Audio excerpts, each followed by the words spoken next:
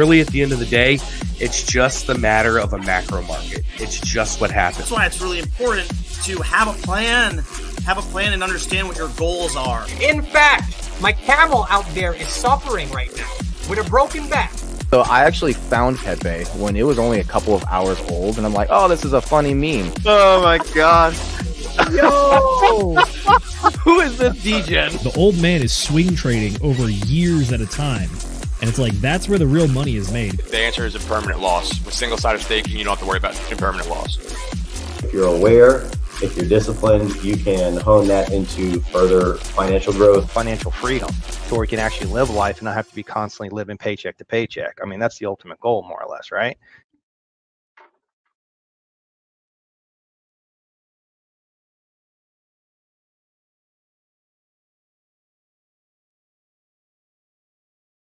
Oh man, I was so tempted to talk during the intro. I realized that I could click the unmute button and I was like, oh, should I say something? Nah. But we're live, ladies and gentlemen. Aloha, degens, boys and girls, ducks and squirrels of all shapes and sizes. Welcome to our fantastic Will-hosted version of the Friday Book Club for the Degen Roundtable. It looks like I have a fantastic panel and co-host joining me today. We're going to be talking about Alex Hormozi's $100 million offers book. But before we get into that, let's introduce who we got over here. We're going to start with my fabulous co-host, Mr. Zenith. How are you doing, bro? What is new and exciting with you? I've relegated my command to this excellent gentleman here. Therefore, I'm allowed to drink, even though I have a beer on most streams anyways. So, ta-da! Hooray. I am, I'll be honest. I was in the kitchen earlier today after I got back from the gym. And I was like, oh, shoot, I got book club. I got to do so much prep. I haven't done anything for it. And I was like, wait a minute. I'm not hosting. And I was like, oh, this is what this feels like?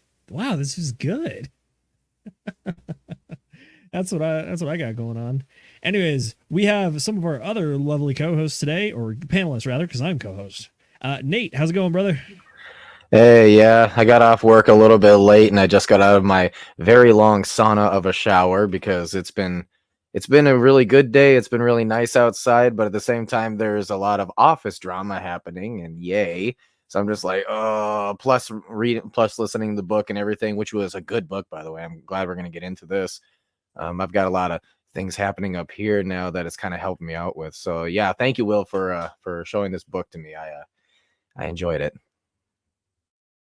Hell yeah. And then Sam, I see you have Mr. Pumpkin over there, but he was being hidden by the green screen effect thing. I saw you scratching him and whatnot. For those of you who don't know, Sam's got a beautiful cat, Mr. Pumpkin. He's a kick-ass kitty. He's very pliable, it looks like. Yes, very audible too. He loves to sing. Sam, how are you doing, bro? What's new and exciting with you? Oh, thanks. Hi, yeah. I thought you were going to talk to Mr. Pumpkin. But he's good and I'm good, and he is audible. He's had his dinner though, so he's going to be quiet most likely as long as I pet him.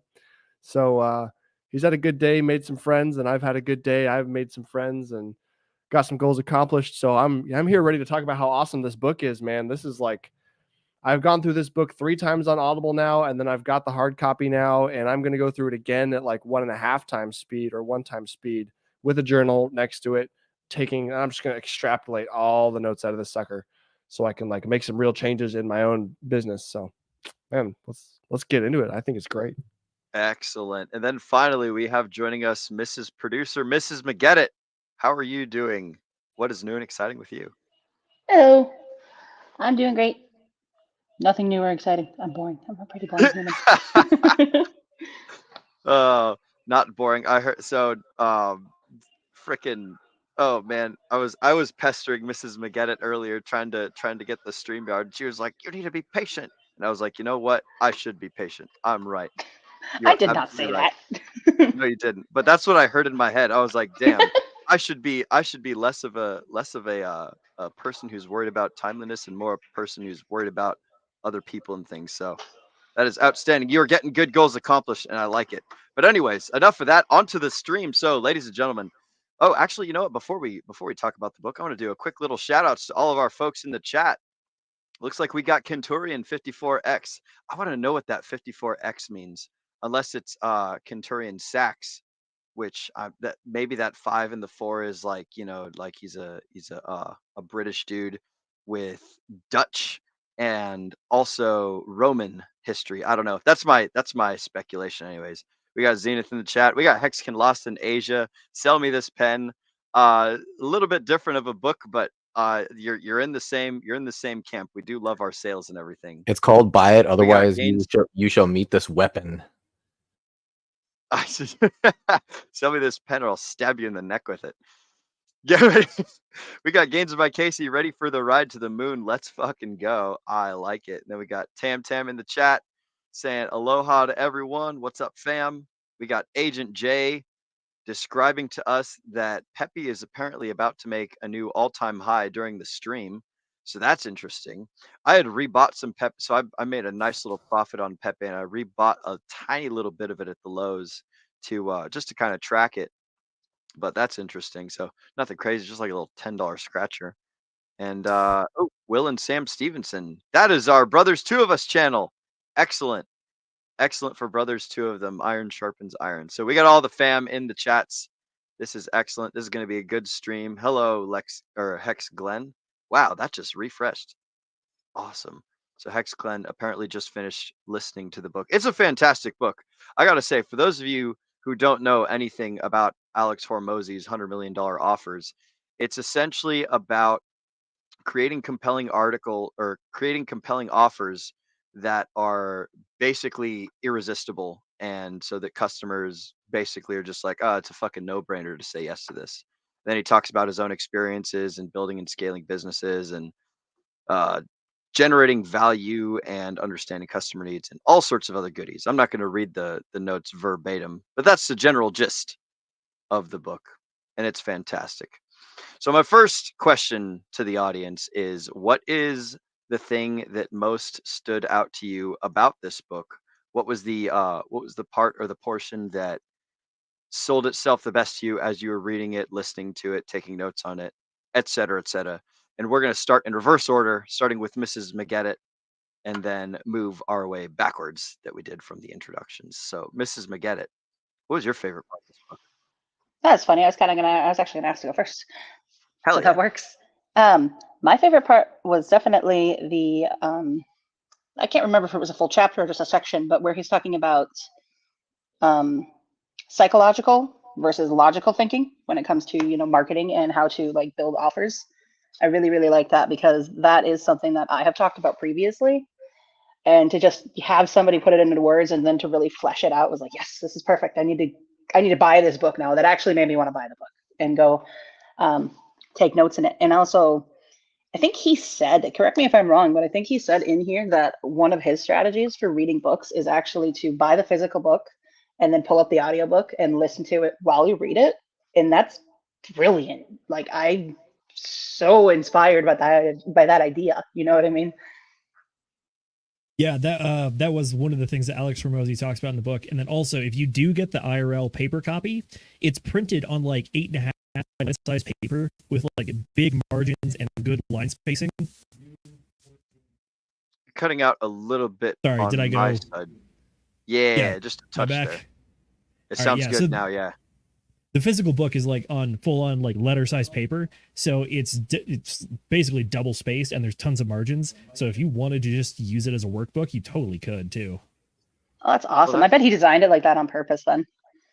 And I wanted to say, I think StreamYards might be having some problems because that's not the first time or person that I've heard cut out in only 10 minutes. So, just keep that in mind, guys. If you catch yourselves cutting out, it's probably StreamYards, and we'll have to bear with it tonight. Okie dokie. Sam, you had mentioned earlier on a private call between you and I that I thought you were kidding when you said it was 8.5 by 11. Like, I was thinking, oh snap, like a normal piece of paper, like freaking like this big or whatever, not like normal book size. It's like a proper little workbook thing. But I guess that was no exaggeration. I just left it off. But what was your favorite part of the book, bro? Man, I gotta say that like the part about realizing the difference between people who sell themselves as a commodity and compete in a commodity market versus those who want to compete and just break out of that and provide so much value that they are making crazy amounts of money. Like, we all want to make crazy amounts of money, right? That's why we're in crypto. And so like learning how to turn a business into doing that, because for so long I had thought about how it's like, well, yeah, if I can make all these gains in crypto, like why would I even bother running a business, right? Yes, thank you, Zenith. It's a massive book. So when I got to the point in the book where I was like, wait a second, if you are providing the right service to the right people and you're solving the right problems, those can also make your time worth lots of money too. And it sort of like changed my mindset on what I was doing. It's like, well, I want to find these people. Then I want to build this system. And so that kind of what spurred me to listen to the book multiple times and like want to sit down, take notes, audiobook, physical book at the same time, make sure that I can extract all the information out of this thing that I possibly can and see how I can apply it to my situation. And I'm sure it's going to, like, I'm not going to do it the right way the first time, or I'm not going to apply it correctly, but like as I learn and adapt, I think it's going to make a really big difference in what I'm able to do, and like niching down and all those concepts. I think it's going to sharpen the spear of my business, and like that's going to be super valuable to me. So 10 out of 10. Hell yeah, bro. So you're gonna be listening to it many times over and restudying the work, bro. I'm stoked to read his next book, $1 Million Leads, and then whatever he's got after that, the whole Alex Hormozi anthology. Dude, I've been listening to his podcast and shit like crazy. Like in prep for this show, I'd not only like listen to the audiobook, like I didn't read any of the physical copies, but like I started listening to his podcast where he talks about the book. I started listening to other podcasts that like, or like little analysis books that like break it down into tiny little core components. I think I posted one up in the community chat for all the folks at home, so they could just like listen to a little 25-minute synopsis of the book. But yeah, it's an excellent one. Definitely going to reread it again. Nate, bro, what did you think? What was your favorite part, dude? Well, one of my favorite things about the book is actually a little bit different, and I texted Cass about this. I was like, this dude sounds like me. He sounds like a book I would write. Just with the way he was talking, communicating. I'm like, now this guy I can understand. I'm like, oh wait, that's because it's me. Oh, but no, one of the things that I found very interesting is throughout the book, he always made kind of a comparison to like a great market, right? But you're not really marketing yourself very well, so therefore you're not really doing too well, versus the exact opposite of that. And then he kept comparing to like, hey, if you know what you're doing, even an average market, if you just niche yourself enough, you can make a killing off of it. And that's something you don't hear from these marketing books hardly ever. It's always some sort of like, go find the special place in some special market. That's what it usually always is. And then you do this and then do that. But in this particular book, he's like, you can make money anywhere. All you need to really do is learn how to niche yourself properly in the marketing of any market. Doesn't matter if it's a hot market or, I mean, aside from a dying market, which it was his only caveat. If it's a dying market, then good luck with that. But even then, you could be like one of the last good ones in the dying market as well. So he talked a lot about that. And for me, it was like, yeah, that's a good thing to bring up. Uh-oh. Looks like we got Yeah, look at that. We got an agent in the house. Mr. Agent J. Aloha, my friend. Welcome. Welcome. Hey, what is what's your going favorite on, what's guys your and gals? first give us the lowdown. What's new and exciting with you, bro? I saw you in the chats a minute ago, and tell us what's up, but then also tell us what's your favorite part of this book, bro. So I thought my stream with Boogie was a bit earlier, and it's not until 2 hours later. And so I was like, well, the guys and Mrs. Producer are hopping on to do a book club tonight, and I absolutely freaking love this book. So I was hoping you'd let me hop on, and so I'm glad that you let me hop on, because I'm very excited to talk about this particular one. A lot. We'll get into it a little bit later, man. But a lot of the concepts, especially the personal stories that Alex shared in this book, really hit home, man. So I'm excited to talk about that stuff. But I mean, other than the usual, bro, you know me. I work on my business. I look at the charts. I help with the chat. That's the day-to-day of the life of the life of Agent J, man. And I wouldn't change it for the world. I love doing this stuff. I wouldn't trade it for anything else, man. I like the way that you said Agent J. It sounded like Asian J, which they're both applicable. Yeah, Was that on purpose? Dude, Yes, sir. Jay, That's like we can make a song for you, like Agent J, man. Yo, Nate, that's the exact same song that was in my head. That was the exact same. Whenever I heard that song, I thought the guy was saying "Secret Asian Man" because I was such a fob and I didn't understand English too well. When I first heard the song, I thought he was saying "Secret Asian Man." I was like, "Oh no, he's saying Secret Agent Man." You fucking fresh off the boat fob, you. So And canceled. can you get canceled by using self-deprecating humor? I don't know I if don't that's know. Let's I find think out. so you are. cancelable offense. I think in order to be canceled, you gotta be like playing someone else's game or something. I think there's so Well, many see- things that we could get canceled for. We should keep a tally mark. Nah, Oh, that'd be a bad God. idea. We shouldn't give anyone any fuel. Yeah.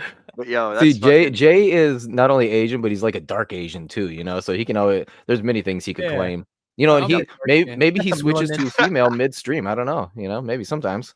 Possibly. oh I could my be a god. ladyboy. Who knows? Yo, on the subject of ladyboys though, Jay, what was your favorite part of the book? You like my transition skills there? That's super good.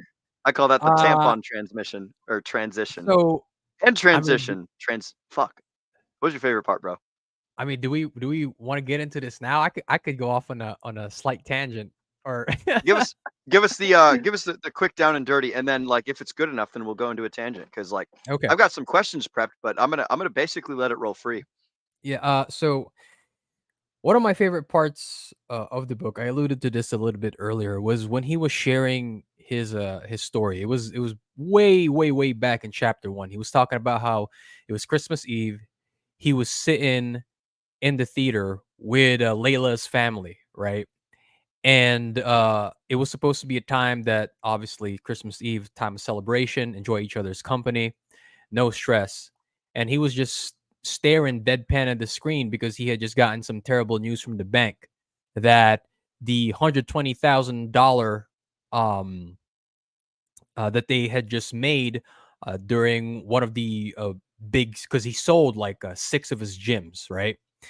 And he was supposed to pay his employees commission, and he had just gotten off the phone with the bank telling him that, sorry, we noticed some suspicious activity, something along those lines, and we're going to have to hold your funds for the next 6 months. And obviously he's got employees to pay, right? One of his employees made a fantastic sale. He owed him I believe it was $22,000 in commission and some change. And he had exactly $23,000 plus change. Give me 1 second, fellas. I do remember that. Yeah, he had like Remember that story. $1,000 in total left Yeah. over, and he sent it over, Yep. and it's like, Yep. Yeah. what are we Because gonna do now? he's an honorable man, right? His guy made the sale, and so to hell with it. $22,000. Okay, I got $1,000 left in my bank. I mean, can you imagine being a grown ass man in your, well, maybe he was like in his mid-30s, right? It was Christmas Eve, and you're living with your then girlfriend's parents at their house, them letting you use the children's playroom as your office for your business, right? Can you imagine what he must have been feeling at the time, at that moment, right? It's like it almost seems like a movie theater, like it almost seems like a movie scene to me, right? It's like the hero's journey when the hero is at the very depths of despair. That's exact that I think that's a big I think the reason why he shared that story is because that's a very big part of his hero's journey, right? And the reason why that particular story resonated with me so much, even though thank goodness I haven't gone through that kind of tragedy quite yet, maybe, who knows, is that really only other entrepreneurs can resonate with that, right? Because as an entrepreneur, everybody glamorizes it on social media, right? It almost becomes like just a tagline for clicks and clout. But unless you are a true blue entrepreneur, you can't really empathize with what he's going through, right? Because as an entrepreneur, all of the risk is yours, right? All of the overhead is yours. All of the labor is yours, right? You have to take care of your own taxes. You have to take care of your own marketing. And so all of the reward might be yours at the very end if you hit what he referred to as a grand slam offer, right? But all of the risk is yours too. When shit hits the fan as an entrepreneur, you can't turn to anybody else and say, what do we do now, boss? I didn't make any sales this week. What do we do now? How do we keep the lights on? Who's like, do I get vacation time? Do I get time off? Do I get sick days off? There's none of that, right? And so that I'm gonna leave it at that. But that's one of the stories in the book that really resonated with me, because it's like, yeah, there's a reason why a lot of successful entrepreneurs, a lot of people from the outside in, right? They look at guys like Hormozi and say he should be paying more in taxes, man. Right? He's greedy. He wants to keep as much money as he wants. He wants to take advantage of as much of the tax advantages as he wants. But like somebody like me who's been in that position, I'm like, of course he should keep as much profit as he wants, right? Because he took all the risk, right? Well, Uncle Sam wants to reach into his pocket and take back some of his gains, but it's like Uncle Sam didn't take any of the risk. Because I guarantee you, if Alex Hormozi, if his business went to shit, Uncle Sam doesn't have a net for him. your risk, our profits. Right? So I'll leave it at that for now, because I could keep going on with that story, bro. Bro, people would do so well to follow. Like Mr. Angry Twinkie had said it earlier in the chats, that both of the Hormozi brothers are worthy follows. I'm not familiar with, or both Not brothers, Hormozi but wife him and his wife. His wife's Oh, Layla. okay. Yeah, She's fantastic as well. I have not consumed any of the Layla Hormozi content, but Alex's stuff, man, is something. That is a whole new world. Alex reminds me kind of like a more, not necessarily, he's got a bunch of similarities with with Tate and with Trump and with like, you know, just other people that just, and like he's, I want to say he's like a young Munger combined with Tate, combined with Trump, combined with Arnold Schwarzenegger. You know, he's just like this crazy like ball of like successful people all compiled into one. What's one that, there's got to be one that quantifies like Dave Robbins. He's kind of Dave success Robbins? porn like. That's what I've kind Yeah. of noticed about him, which I don't really Well- like as much, but because it's definitely you know, it's not so as he like work hard. And, documents his thing is like he documents what he's doing though, right? And so it's like, hey, if you follow this strategy, he kind of gives like pretty, I don't want to say generic advice, but it's good solid stuff that will allow people to get all these skills that can level themselves up. I'm sorry, I cut you off though, Nate. Why don't you go ahead and finish your thought there? well, no, I mean what you're saying is right. There's sometimes able to get, you know, popularity, to get clout and all that, not necessarily saying that they're purposely chasing it, but sometimes what they'll do is they'll kind of over dramatize, you know, the hard times in their life, which, you know, with him, it kind of, with the book, it sounds like, yeah, I think I can understand what was happening there, so I can kind of connect with that, right? Really dark times. Whereas you know, once you start getting into like the whole Robbins, oh crap, what was his name again? Forgetting his name. But you know, once you start hitting this, like, oh, you can do it, all you got to be is like this and be like that, and just keep working at it, and you'll get there eventually, and never give up. You know, it's like, all right. And as you said, you know, it's very generic. Okay, it's generic, and it's like, all right, well, how does that help me now? What's actionable, right? Hence why in the red pill space, it was a little bit better, I would say, like with someone like Andrew Tate, right? Who's like, just go out there and specifically go do 1,000 push-ups. It's like, okay, well, that's a little bit weird to say and almost seems frustrating, but Tony Robbins, thank you, Angry Twinkie. Tony Robbins, right? He just kind of says you can do it. You just have to believe in yourself and just keep thinking every single day that you can do it. That's why the last book I was a little like, oh, with that whole think and grow rich thing, because it's like you start bordering on that type of stuff, right?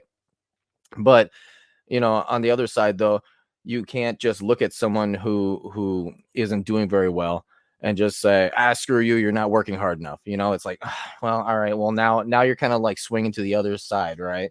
It's like you need some good inspiration, which he definitely does.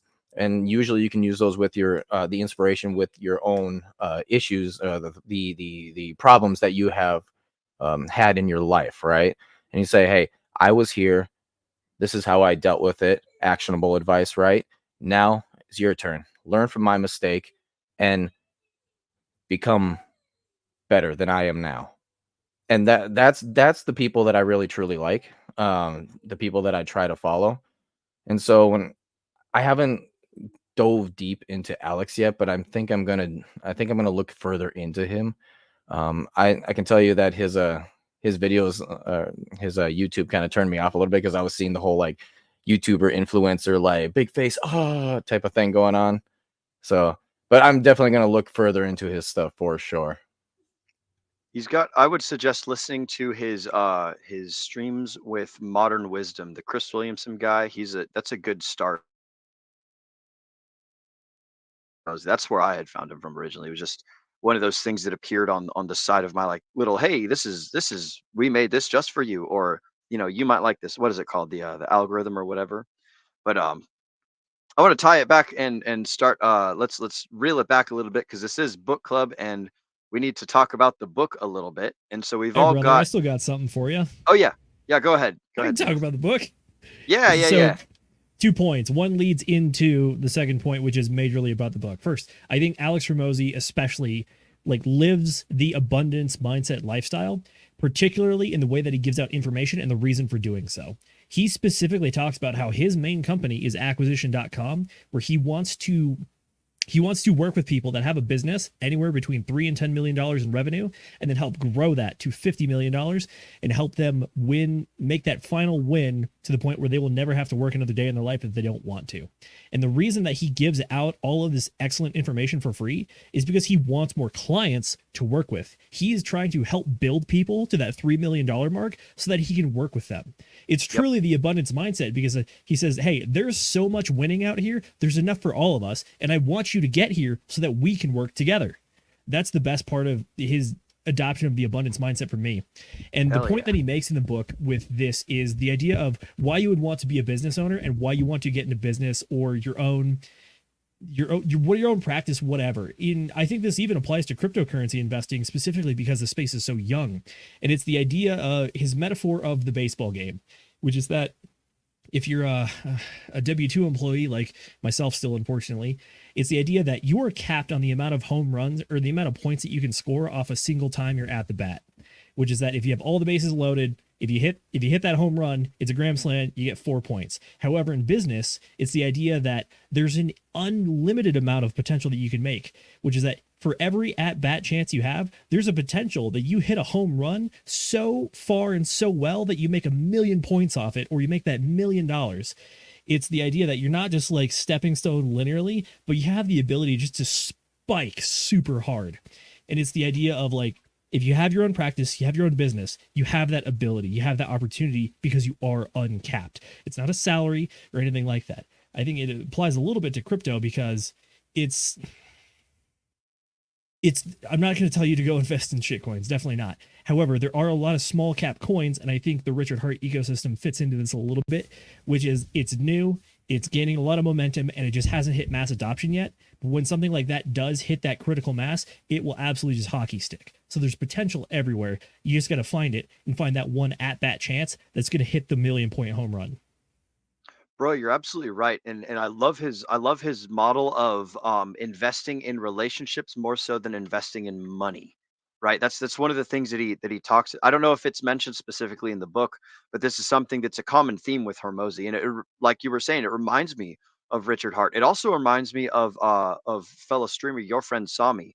He invests in his audience by giving them free top quality information, and if the audience chooses to act on the information, then they can pay him later, and it's like he's the Richard Hart way, the Alex Hormozi way, the your friend Sami way, the many type of people that are very successful in the world that we live in right now. They're investing in the community, they're investing in the people, they're investing in the information. They're not worried about the price. They're not worried about the amount of money that's being like generated or whatever, like what most other business people are doing. They're investing in the relationships. And that's really where the ultimate wealth and the ultimate value is, in it, at least in my perspective. And so I 100% agree with you on that. And I'm glad that you reminded me, because that was something that I wanted to talk about at some point. Yeah, But, I think it's pretty early on in the book, but that one analogy, he uses a lot of analogies for things, and I like that style of writing. But this is the one that really stuck out in my mind and that I latched onto. Oh yeah, that's a. Oh, go ahead, Mrs. McGett. It looks like you got something. No, I didn't mean to interrupt. I just want to say you're completely right. He does bring that up in the book too, that getting your audience is like, you know, the biggest thing for him. He mentioned that it's in the later parts of the book when he's talking about putting in like clauses like money back guarantee, things like that. He's talking about all those kinds of things that you can add into your offers to make them sound better and look better. And if somebody's on the fence, like how you can toss in these little tidbits to get them, you know, to, you know, seal the deal.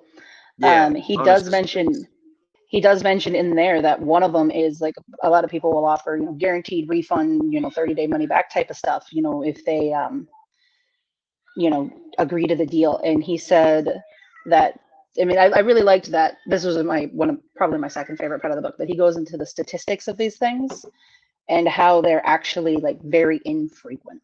So putting them in there, it is a risk, yes, but for the most part, once you build that audience, once these people know you, they have more affection for you and the company as a whole, and they don't want to, you know, take advantage of those things that you've put out there, even though they could. You know, you could offer them a lifetime money back guarantee. They don't want to do it though, because they've become attached to the person and not just the business. So yeah, that's a really big thing that really stood out to me too. Yeah, you're absolutely right, and that's one of the things that a lot of successful businesses focus on. It's not necessarily the customer's always right mentality, but it's the we want to maintain our relationship with the good customers, and like, and keep that tight and keep that close. You know, the little moniker, the customer's always right, sort of kind of applies to that, and a lot of businesses take it too far. But yeah, the idea of building relationships with the people that are bringing value to you, and you're bringing value to them. You're both, like, the both of you in this equation. It's not like I give you value and I lose everything. It's I give you value and you gain a bunch, and also like the value that you give me in return, like both cups are overflowing from people like pouring their water into each other's glasses. It's not like a I pour my water out and my cup is now empty. It's like I'm trading like the green water in my cup for like the red water in your cup, and the murky combination of both is just like now there's more water everywhere. So that, yeah, that's an outstanding point there. I like it. I kind of feel like it's more like you give somebody, you teach someone how to go drilling for water, even though you have your own water well here, and you give them just a little bit of your water as well, you know, so that way they can drink while digging their own well. And so then when they're digging their own well, they eventually get their own water. And then you teach someone else, and they teach someone else also how to do that, and you start expanding from there. And ultimately, the interesting thing about this planet, right, is that there is plenty of resources for all, regardless of what you hear. And so with everybody trying to help each other get some water, everybody can live. Everyone is rich in water, right? You are absolutely right, Nate. Outstanding. All right, I've got a question for you guys, and that's a good tie-in, Nate, to this question. And the question is, how does Hormozi's approach to understanding customer needs change the way that we think about market research? And the place that I want to go with this is like there's a traditional way that people have uh like gained information from the market, and then there's like these new and innovative ways. Like in the past, people used to look at like reviews in the newspaper, or like word of mouth or spreading or anything. But like, what do you guys think of Hormozi's new way of creating these crazy good offers and investing in the relationships and things? How do you think that that changes the way that look, we theoretically being like business owners and stuff, how we interact with our audience and our specific prospects and things like that? Mind if I jump right in here? Yeah, Sam, go right ahead. So I think it like really hits the nail on the head, because there's something to be said about people who are trying to, I don't remember what book I read this in, but when you're trying to start a business, right? Too many people think about like, oh, I like making flower petals into like cool shirts, and then I'm gonna sell those for lots of money because people want to pay me for my flower shirts, and they're gonna look like this, and I'll put them on Etsy, and it'll be a really great thing, right? And no offense to people who make flower shirts, but when you are trying to start a business, Aaron Clary, right? He talks a lot about like the premises of starting a business and what you should not start a business for. And I think that ties in here because when you develop relationships and you are networking with people and you're genuinely trying to find that niche, that value that you can create, like you're going to naturally be asking questions that are going to be like doing that market research for you. So when you're building these relationships with these people and you're finding out the problems they're legitimately having, and you're like, oh, well, maybe I could create a business with a service that solves this particular problem. And the more people you network with, the more people you talk to and get to know, the more you're going to be able to like figure out what that is. So I would say that like the awesome part about Hormozi's like method is that when you are trying to start a business and hit that niche, like find what that niche is and like create that value, like if you are already networking, you're already in the process of like figuring that out. I don't know if that's making sense, but that's what I think about like how Hormozi can tie into like how we ought to be doing the market research for a business. Could you sum that up into one little thought? Because that was a lot of stuff stringed out there. So like the Yes. quick little soundbite for the folks at home with the peanut brains. Yeah. So when you're starting a business, you need to be solving somebody's problem. The more you network with people, the more problems you're going to learn about, the more you're going to be able to find that problem and solve it and create a huge amount of value so that you can sell for lots of money and make a $100 million offer. I like it. Can you remind me of the question? Because I thought it wasn't I think maybe I heard a wrong question here. I'll repeat the question or actually, Nate, I will send you the question in the private chat. Jay, go ahead and hop on. Yeah. So I 100% agree with Sam. I know he said that, not to offend anybody who makes shirts out of flower petals, but the unfortunate reality is a lot of people who want to be entrepreneurs, they think they have the skill that is going to sustain them through life so that they can make money out of that skill and not have to work a regular 9 to 5, right? But the unfortunate reality is that's not the correct way to approach a successful business. Very few people get to do what they love, quote unquote, what they're passionate about, and create a living out of it, right? When you look at the upper percentile of authors, of musicians, of movie stars, the top 1% get all of the business and the bottom 99% get nothing. That's the reality. And so as an entrepreneur, you might be the 1% who can make a shirt out of a flower petals and make a living out of it, but the other 99% make nothing. So if you're an entrepreneur and you want to make a living as an entrepreneur, like Sam said, and like Hormozi said, you have to be able to solve somebody's problem, right? And so if I could provide an example in my own business, right? For those that know, one of my sales business is I refinish old and used furniture, right?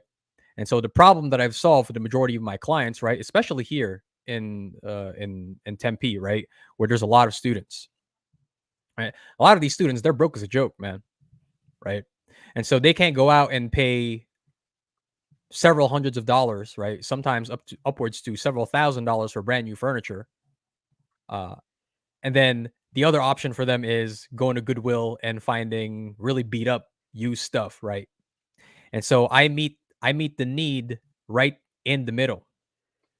So what I do is I take all of that old and used stuff, right? The beat up stuff that nobody wants, and I breathe new life into it and sell it at a still at a premium considering what I pick up the merchandise for, but it's much less than what they would have to buy out in retail.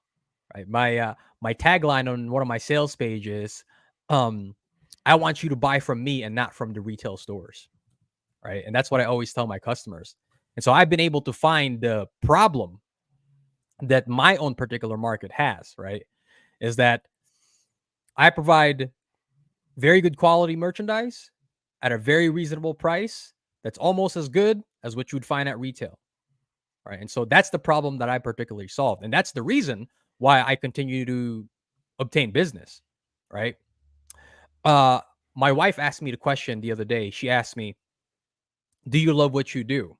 Are you passionate about this work? And I told her, hell no. I don't wake up in the morning and tell myself I'm really fucking excited to refinish some furniture today.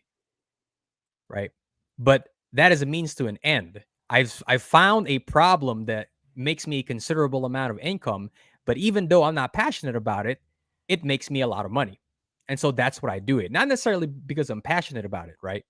And so I think that's one of the key points that I want the audience to take home is that as an entrepreneur, if you're going to be successful, you might not necessarily be able to create an income out of doing something that you're passionate about. Maybe someday in the future, but not now. What you need to do is find a problem that you can provide the solution for that people are willing to pay for. And you might not necessarily like it, but you have to make a choice. Do you want to be the broke musician, or do you want to be the entrepreneur who makes a lot of money, not necessarily loving what they do, but they're not broke? Jay, you got a really good point there, which is the idea of identifying the pain point or trying to find the problem to solve. One of the anecdotes that I really like from the book is there's the idea of like the hot dog salesman, and he finds the genie, and the genie says, I can grant you one aspect about your business. What do you think is the most important thing that you could try to do? And he's like, should I try to make the best hot dog? Should I try to like make the biggest hot dogs? He goes, no, the correct answer to this question is you want to have the hungriest market that you can. When it comes to the question that Will asked earlier, which is, how does Hormozi's approach to understanding customer needs change the way we think about market research? This is something that I kind of experienced with some of the stuff I did in the Coast Guard when we were renovating one of the boats, which is we had to go talk to the operators and get their feedback on it. What they're talking about is sometimes it gets lost in translation, or they just focus on the wrong things, where you really focus on like they didn't like the seats or like the specific lines of sight per se, but at the same time, like I can fix all that stuff when I go back and look at key performance indicators and understand what we're trying to build. However, the idea with finding the hungriest audience that you can is that you're tuning out a lot of the noise that comes in during your market research, and instead you're just trying to identify who are the people that have the pain points that I can solve, and then how do I step in front of them. I want to be able to have the solution to things that people need. I want to find the peasant that's on fire and be holding the bucket of water. How do I find those people? How do I find the flaming peasants? I love that. And to get this bucket of water is $5.99. Do you have it on you? Oh, man. You know, and what's great about that's super fun, and I love the analogy. But like, and Jay, this is something you and I had spoke a little bit about this when I came over and I visited you in Arizona, that it's like it's not the most glamorous job in the world to be fixing up furniture, like you'd said, but it's not like dissatisfying. You know, it's not terrible, and it's not horrible, and folks can find like you might not be doing your dream job, you might not be like selling your favorite flower shirts on Etsy or whatever, that's your total passion, but you can find purpose and you can find meaning and you can find joy. Bro, And well, maybe not joy, but like that's it. Contentment in the things that you're doing. And then the more you do the thing that you find contentment in, like the more you will like almost what's the word, like Stockholm syndrome, like I'm kind of poking a little bit of fun here at it, but like the better you get at something, the more you enjoy doing it. Because like this, and again, this is one of the things that Hormozi talks about in many of his podcasts with other people. So forgive me if I talk about things that aren't in the book, just because I've been just imbibing so much Hormozi over the past like week or whatever. But he talks a lot about like, look, people hate the things that they suck at doing, right? And so like when you start doing something, you suck at it, and the more that you do it, the better you get. And the better you get, the less you hate it, because you suck at it like less and less, theoretically, presupposing you're good at learning and stuff as you move forward. And so like you can really find a lot of purpose in just doing things when you just set out and you just decide to go buy some furniture from Goodwill, learn how to do some woodworking and some painting and sanding, and then fix it up and make it better. And then you can find real purpose in that. And even though it's not your dream job, Jay, I'm sure that you don't go to work every day hating what you do. It's looking at the smile on your face right now and remembering the stories that you told me when I was down there. It's like it's a pretty nifty thing. Well, Don't here's the sell it thing. short. Well, you made a really good point there. Is that even though I'm not excited to get the hell up in the morning to do the work that I do, you know what I do enjoy doing? I enjoy making money out of the work because that allows me to provide for my fucking family. Oh yeah. Right? That is the meaning and the purpose behind the work I do. I can do jobs that I hate, but because it provides for my family, I'm going to do it. And I'm going to love it regardless because of the end product. Right? And then I certainly don't dislike it as much as I disliked working for somebody else. Let me tell you that much. Yep. Okay. And I certainly like making a lot more money so that I can throw it at the fucking market. Okay. Yep. So I might not be excited in the morning to get up and refinish some furniture, but there's a lot of benefits. All right. But the number one, of course, the number one, and I think a lot of guys can resonate with this, right? Is that men get up every single day to do the work that nobody else wants to do because at the end of the day, it's what they have to do to provide for their families and for the people that they care for. That's what matters. You're fucking A right, bro. Yep, and to add on to that, Jay, you kind of hit the nail on the head there. So one of the number one things after starting up one company myself and then trying to start two others and completely failing, just all failures, right? One of the things that I was trying to learn for a long time is how do I get passionate about doing a business? And Jay, you hit it exactly on the head there. Maybe it's not so much that you're passionate about doing the work, but you're passionate about making the money. And you don't find that passion until you start making that money. And so you do something to make the work first. And I can tell you what, Jay, I think your favorite job in the world would be exactly what you do right now. If you were selling each one of those pieces of furniture for at least, $100,000 each. Yeah. And then you're averaging like maybe 5 or 6 a day, I'm pretty sure that would definitely make you very passionate. You know what I mean? I mean, I would disagree with you there, Nate. The money is definitely good, but it goes like my original point is that even though I don't enjoy, I don't get excitement out of the work that I do. At the end of the day, the reason why it's meaningful and the reason why I do it is because I do it because it allows me to provide for my family. That's really the end goal, right? I find a solution to a problem that a lot of people within my market are having. Even though I don't like the job that I do, I don't get excitement out of it. It's meaningful because it provides for my family. That's really the point that I want everybody to understand. Is that you might not necessarily get enjoyment out of everything that you do, but if there's meaning behind it, if there's significant meaning behind it, then you will do it regardless. Yeah, that's actually a little bit of anecdotal. I was with a little bit of an anecdotal thing that I have here. I was actually thinking about that today with me saying I really don't like working my job. And then I thought to myself, wait a minute. One thing I do like doing is going to someone's house who clearly has like a rodent issue or a bug issue, and me being there alone, just me and this customer, being able to help them. That right there makes it worth it. Do you guys think that there's a way that you could tie in the concept of creating solid offers to your guy? So Jay, you run your own business. Nate, you work for a vermin and pest control company. Sam, you obviously do a lot of architectural stuff and framing businesses for people, and then Z, you do your project managing. Is there a way that you guys can integrate your own, or actually let me ask a better question. Have you guys thought of any, like, as you're reading this book, have you guys thought of any ways to integrate Grand Slam offers into your own personal businesses? And Yes, Sam, I want to 100%. start with, or you know what, Nate, I'll start with you, bro. What do you got? Oh, well, one of the things that I need to do on a daily basis is making sales. I literally accounted for 98% of all revenue generated via up sales this past month for my branch. The reason why is because I have already put some of these in. In fact, with reading through this, I got some new ones too that I wanna put out there and upgrade what I'm already doing. So yeah, no, it's just this book is great. Again, thank you, Will. Yeah, bro. No problem. No problem. Z, or actually, you know what? Before we move on with this question, I forgot to ask Mrs. McGettit the last question, or give her at least a time to speak. So, Mrs. McGettit, let me scroll back up to this question here. We're talking about brands and products that embody the principle of making, or no, excuse me, that's the next question. Oops, sneak preview. How does Hormozi's approach to understanding customer needs change the way that we think about market research? Mrs. McGettit, what do you got?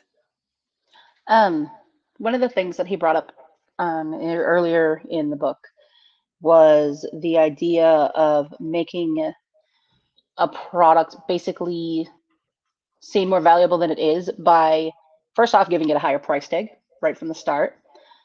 Because automatically people tend to think that if something costs more, it's going to be better. And he uses the example of the wine tests that they go through, where there's 3 different wines and they all have the price on them. And he's like, test these. And the people test them. And naturally, they all say the most expensive one is the best. And it's like, surprise, they were all the same wine. All 3 of them were exactly the same. So that's a really, really good point. You trigger that in somebody's brain when you make them think that something is more expensive. Automatically, we are like designed to think expensive means like fancy, or something that almost would be like unobtainable for a normal person. You know, if it's a $1,000 bottle of wine, you're not having that every day. So you're gonna think the average person isn't having that every day. So they're just automatically gonna think that one's better because it's something I could never really get. And then another thing is keeping things to a point where they're not easy to get, where they're not readily available. And I think that there's some really good real world examples with this, particularly for me. One thing that came to mind is systems. I don't know how many people have noticed this or how many people are really like involved in this kind of thing, but in recent years, I think it's been I can't prove it, but I think it's actually been a marketing strategy. Oh, we lost Jay. Oh no. Okay, hang on one sec. Let me see if he. Yeet. Yeah. He had Boogie get on. Oh yeah. He's got to do his thing. Yeah, he sent a message. He said Boogie. All right. Well, goodbye, Jay. Okay. Bye, Jay. Yeah. No, but systems. So like the Wii back in, a couple years ago, probably quite a long time ago now, that was really, really hard to get. And for a long time, people were, as soon as it came in stock again, people were jumping at the chance to get it. Most recently, they did the same thing with the PS5. I think they did that on purpose as a marketing strategy. I don't think it was necessarily as hard to make these systems and have them available as they would like us to think. I think they did that because it kept the price up, because I'm sure most of you already know this as well, that the price of a system tends to drop after it's been out for a few years.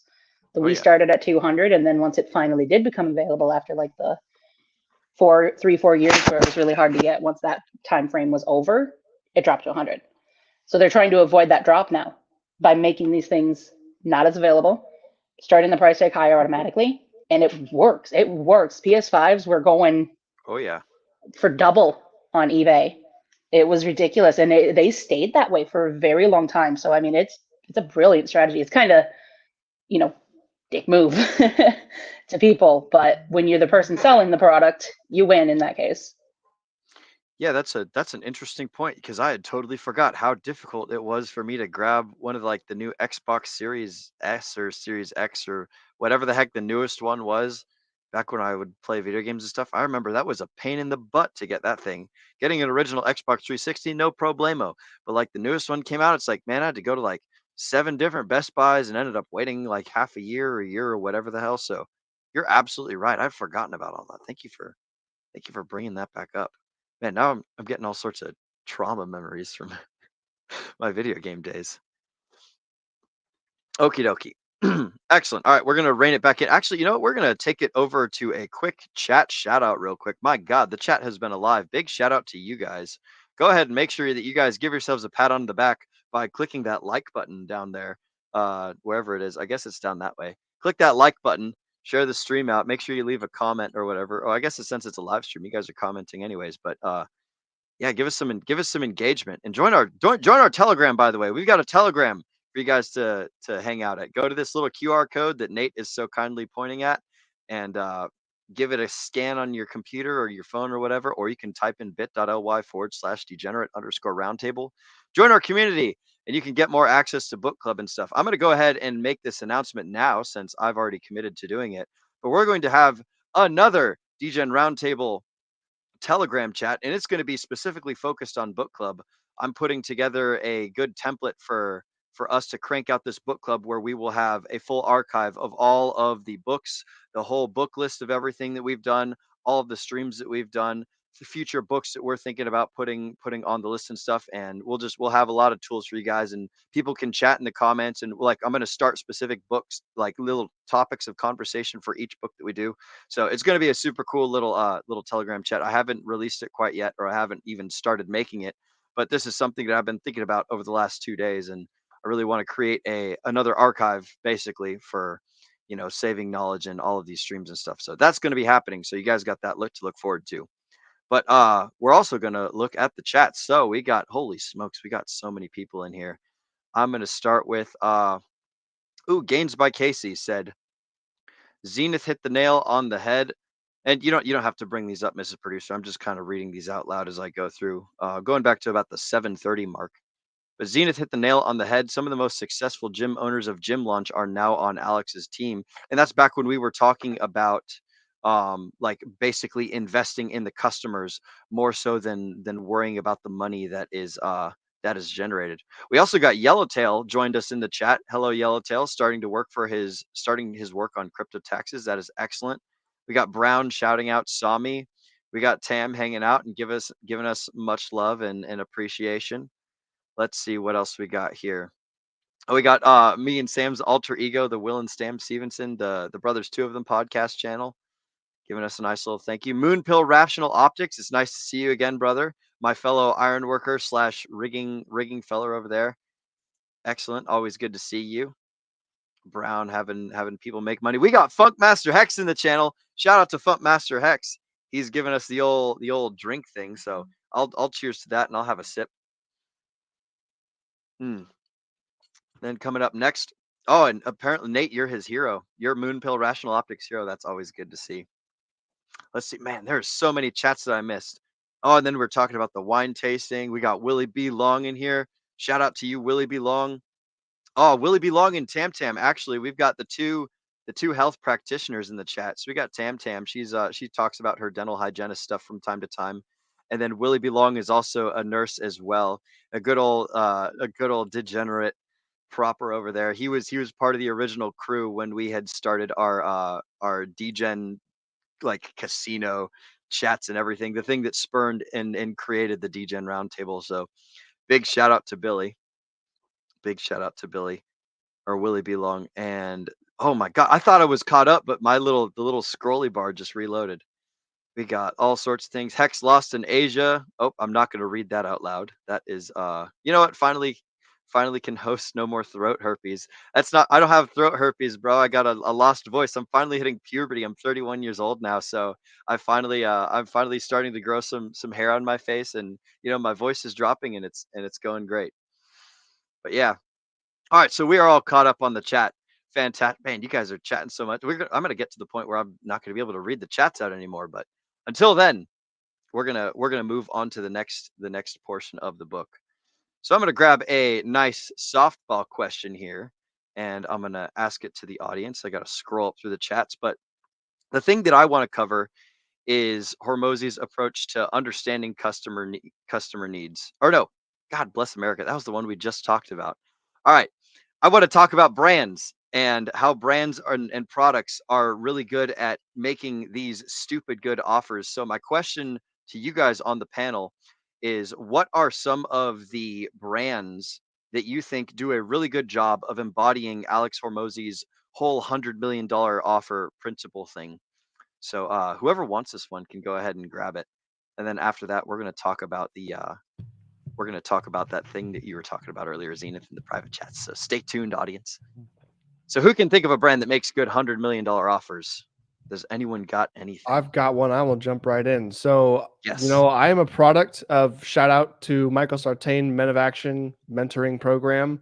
If you want to go learn lots and lots and lots of valuable information on how to sort out your life. Generally speaking, it's more so catered to men, being men of action. Man, you're not going to pay a low price for that program, but even with that, you are getting the value that you can get out of your program and like how you can change your life from it is worth, like, you can't even put a price on it. So obviously, I mean, they got to pick a number somewhere and make stuff work. It's a company, it's got to function. But that would be my my shout out is Michael Sartain's Men of Action program. You know, it's worth doing. Sam stole my target here, but I was going to say Michael Sartain as well, but for a different reason, which is that he's actually one of the people that got me most interested in this book from more of the like business to business standpoint, which is that you don't have to necessarily be selling a product to learn how to make offers that are so good people feel dumb saying no to them. It's the idea of, do you want to invite people to events? You want to invite people on your podcast? You want to just interact with people? You got to be able to make that offer no matter what it is. So I know, Sam, correct me if I'm giving away too much of the sauce here, but I know one of the things that is taught in the MOA program, at least is on the free school server, is that you want to start hosting events. And one of the ways, a very easy way to do this is try to get photographers and some models together. And the pitch to it is, hey, you guys want to get together and make art? Like, we are going to make something beautiful together. We just got to get all the efforts together. It's not offering money. It's not offering anything crazy. It's just like, hey, let's get together and make something really cool. Same thing with like a podcast invitation. It's, I think there was one that I tried to formulate this one time, which was, hey, I know you guys like doing a press tour. Would love to have you on here. I think a lot of the guys that we stream to would be interested in what you guys have to offer. So we'd love to have you on. It's the idea of like, I'm trying to help someone do what they want to do. And why would you say no to me trying to help you fulfill what you're already trying to do? That's a good one. Oh no, we lost, or well, we didn't lose Nate, but Nate turned invisible. But those are excellent, and I'm gonna kind of throw it back to the example that I have for this, because I see that both of the Megetics are still on mute. Oh, we lost Sam. Oh no, Zenith, stay strong. Keep your camera on. Very funny. I had to sneeze. Sorry. Kicking them off like flies. You psyched us out. I'm gonna change. I'm gonna throw it back to our friend Sami. So your friend Sami, I think, does a very good $100 million offer, because he does essentially exactly what Hormozi says, where he invests in his audience by giving them cryptocurrency knowledge. The offer is phenomenal. It's basically like you can get incredibly rich if you listen to the information that I give you that's free, that's quality information. It gives you good, like, actionable steps with like reasons as to why certain things are happening and what's going on. And at the end, if you think that I've done a good job, then you can pay me something that is like, of moderately high worth, but you don't even have to do it if you don't want to. Like, I think that's I would love to interview Sami at some point and like pick his brain. I don't know if it's really his vibe to be interviewed a whole lot, but I would love to ask him, like, what was the formula that led him to come to the point of streaming that he's at right now, because it's so very, like, it's super engaging. It brings a lot of quality out. And I think that what Sami does is $100 million offer, like as bare bones as it can get, because I don't think that he needs money. I think that he is interested in helping people and building relationships and broadcasting information. So that's what I was going to say on one note. And then on the other note, I was going to say also that the real world, for those of you who are familiar with like the Hustlers University or the real world curriculum or all that other stuff, it's a course that Andrew Tate puts out, or well, that he used to put out anyways. I'm not sure I'm sure it's still alive or something, but the real world teaches young men basically the skills needed to be successful in online business and marketing and stuff. And it does a lot of basics of like copywriting and how to do like super duper basic sales and stuff, and more or less just like generic evergreen advice on how to be a good little like internet entrepreneur and stuff. And so it's a super inexpensive course, but it teaches young men like how to basically interact with the world in such a way that you will have evergreen skills no matter where you go in life and do all other things like that. So my shout outs are the real world and your friend Sami. I think that those are some fantastic modern day $100 million offers that exist in the world and stuff. Nate, do you have any, or Nate or Mrs. McGettit, do either of you have any good brands or companies that come to mind when it comes to people or things making $100 million offers? Not really brands or companies. I mean, quite frankly, like when I'm thinking of a brand, I'm thinking of like a corporation type thing. Sure. And all of them are for profit only. And so because only for profit and psychopathic, they will never give up profits just because out of the goodness of their heart, right? So that's never a thing. You can have personalities, right? In the gig economy, which we're currently in, like, all right, you know, Michael Sartain, you know, Rolo, Sami, these are just personalities. They're not brands, right? I guess you could be a brand of yourself technically. So maybe that's a thing, right? But I would say that that's a semantics or like a pedantics point or something, but like looking past the specifics of the word, like, are there people out there, or are there entities that are just generating so much like $100 million offer values in whatever it is that they do, whether it's like work or like relationship building or like providing some sort of service or product or anything? Does anything spring to mind? no, the only thing is personalities. I've never ever come across an entity that has ever done it. And so once you have like the brand of me, these are individual people who try to do good, right? But once you expand past that and you get bigger, that's when you start turning into corporation or entity, right? And then at that point, it's all for profit. And that's when you start bringing in like corporatized managers, and then it's all over. There's no longer any of the helping, no I would longer any say, more $100 million. Which, if you're uh, if you're technically looking at Alex Hormozi right now, that's technically what he is, right? He's got a lot of corporations, but if you will go and look at his corporations, what are they doing for $100 million, right? That's something you might want to look into. But him as a person, as the brand of me, right? He's doing it. But what about his corporations? Are his corporations, who are separate entities from him, he just happens to own them, are they doing it? well, That'd be my he question. invests in the small businesses that follow his. I think I don't know exactly what he does, but my understanding is he owns acquisitions, and he is the major shareholder for School.com. He also like so acquisitions basically buys up small businesses or like invests in small businesses that uses his model of sales and target and customer acquisition and things of that nature in order to get more stuff. But I don't know if Hormozi does anything corporate other than, like, the fact that he is like a conglomerate. So perhaps a good comparison would be like, like an individual level of like BlackRock or Vanguard or State Street or Blackstone or something like that. Well, those are hedge funds that are a little bit different. But the idea of like the big names that have a little bit of ownership in every single like major Fortune 500 company, Hormozi's doing something different, I think, with more like small scale mom and pop grassroots sort of Yeah, things. you have to hit mom and pop. And originally, Yeah. what happened in America is that mom and pop shops were the baseline, right? And it was Oh, because it was made up of good people, right, who are trying to make $1 million offers, right, $100 million offers. That was the point. It was people who were trying to give to the community more than everyone else. However, corporate America unfortunately has come in and unfortunately made anything that's multi-millions at this point is just for profit only. And again, it's not the person. It's not necessarily the owner, right? The person who created it. It's the entity. So I think maybe that's something that you need to look at, right? okay, that is interesting. And Mrs. McGettit, do you have any $100 million offer companies that spring to mind? Actually, I've got quite a few. Give me one sec.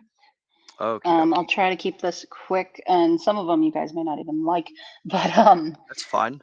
It's good. I wanted to say one thing that pops up for me right away is one of the examples that he uses in the book is but wait, there's more. Those commercials that we've all seen from the Yes. 80s, those were really, really good about that, because and he goes on to say, you start with one knife, and by the end of the commercial, you're getting 37 things. Yep. It's just so many bonuses thrown on top of bonuses. So that's one that I wanted to mention, because those just still exist. they're a little bit more memed nowadays in our generation. We don't take them as seriously, but they are still out there. And anytime I've seen one of those, by the end of the commercial, I'm like, yeah, I want that. I want those 15 items. And then I luckily have the wherewithal to not just jump in and buy it usually. Sometimes I do, Yes. but for the most part. And then after the fact, I'm like, huh, I was really hyped at the time, but now that I'm looking at it, I'm like, what even is all this junk? I don't need any of that stuff. And then another one I want to put out there, and this one is the one that I don't think people will like because they've kind of degraded, I guess, by this point, Walmart. The reason I mentioned them is because when that was originally made by Sam Walton back in the day, that's exactly what he was doing, and it was a big thing, and he was very passionate about it. Any material I've heard about him specifically, there was just so much passion in that man. Yeah. Unfortunately, now that the kids have taken over the company, we're not seeing that much anymore. But still, Walmart in itself as an idea is a huge, huge deal because back when he was putting that together, there was so many just small specialized stores. You'd have to make 10 trips to go get your stuff for whatever the heck you needed for the day to run all your errands. Now, 90% of us, we just go to Walmart and we're done. Maybe you hit up a couple other places, but it's simplified things so much. And a lot of people, like, I don't even love going to Walmart, but I go there every week. A lot of people don't like going there. Why? Because it's kind of degraded. But at the same time, it's still the best. It's still got the best prices. Target is arguably, up there with it, but they're usually still more expensive on a lot of things that I buy. So Walmart's a great idea there. Temu is another one. We've all been seeing them around. Yep. They're another one that's controversial because they do collect a lot of data from your phone. So a lot of people don't like them.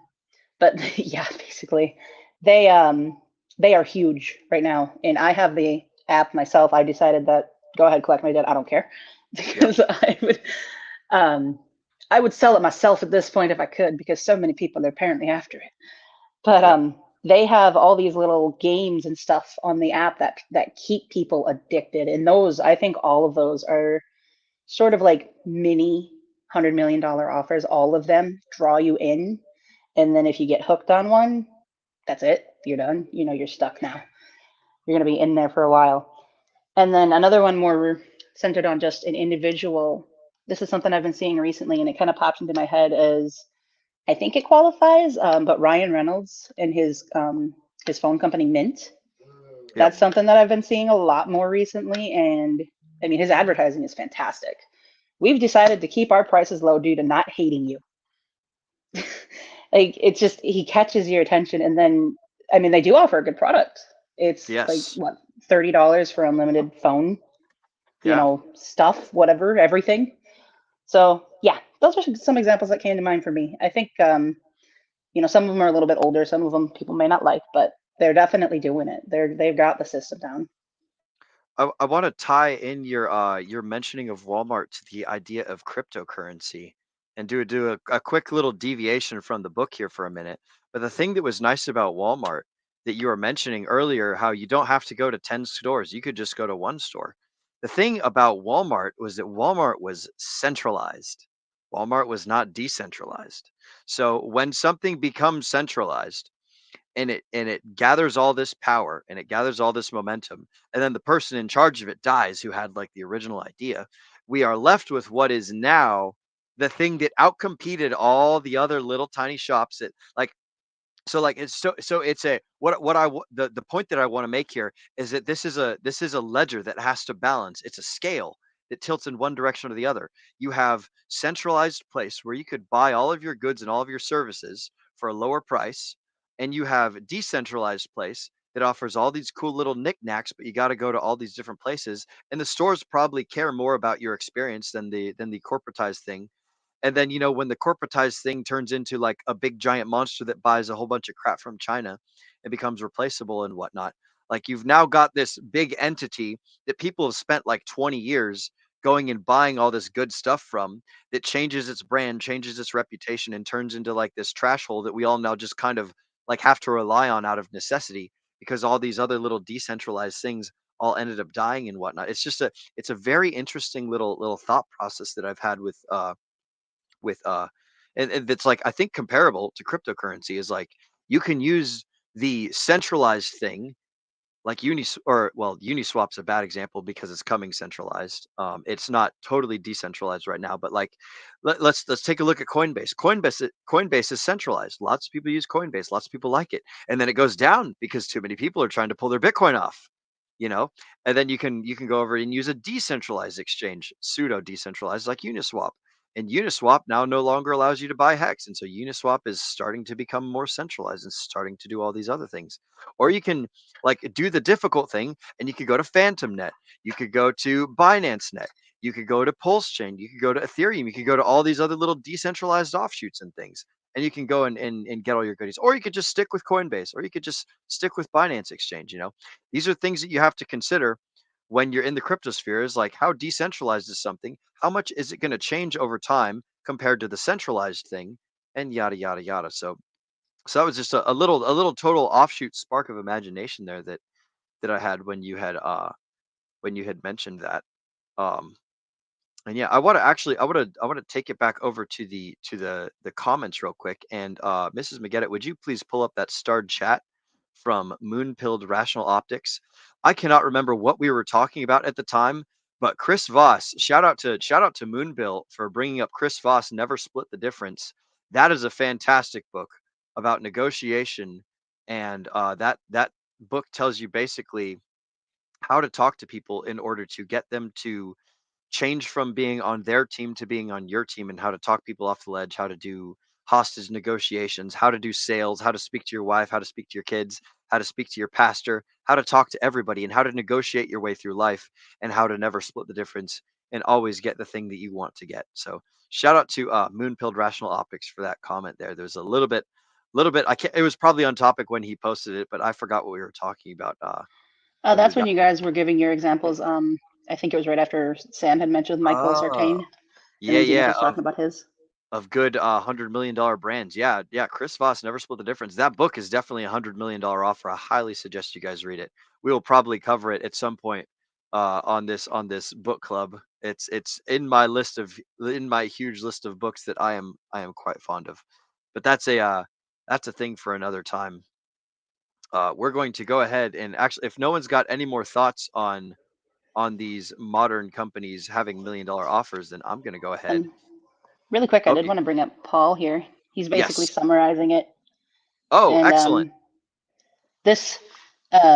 What he says here, think about the time and convenience trade-off Walmart solved. Also, one of the first companies in the world to start data harvesting around year 2000.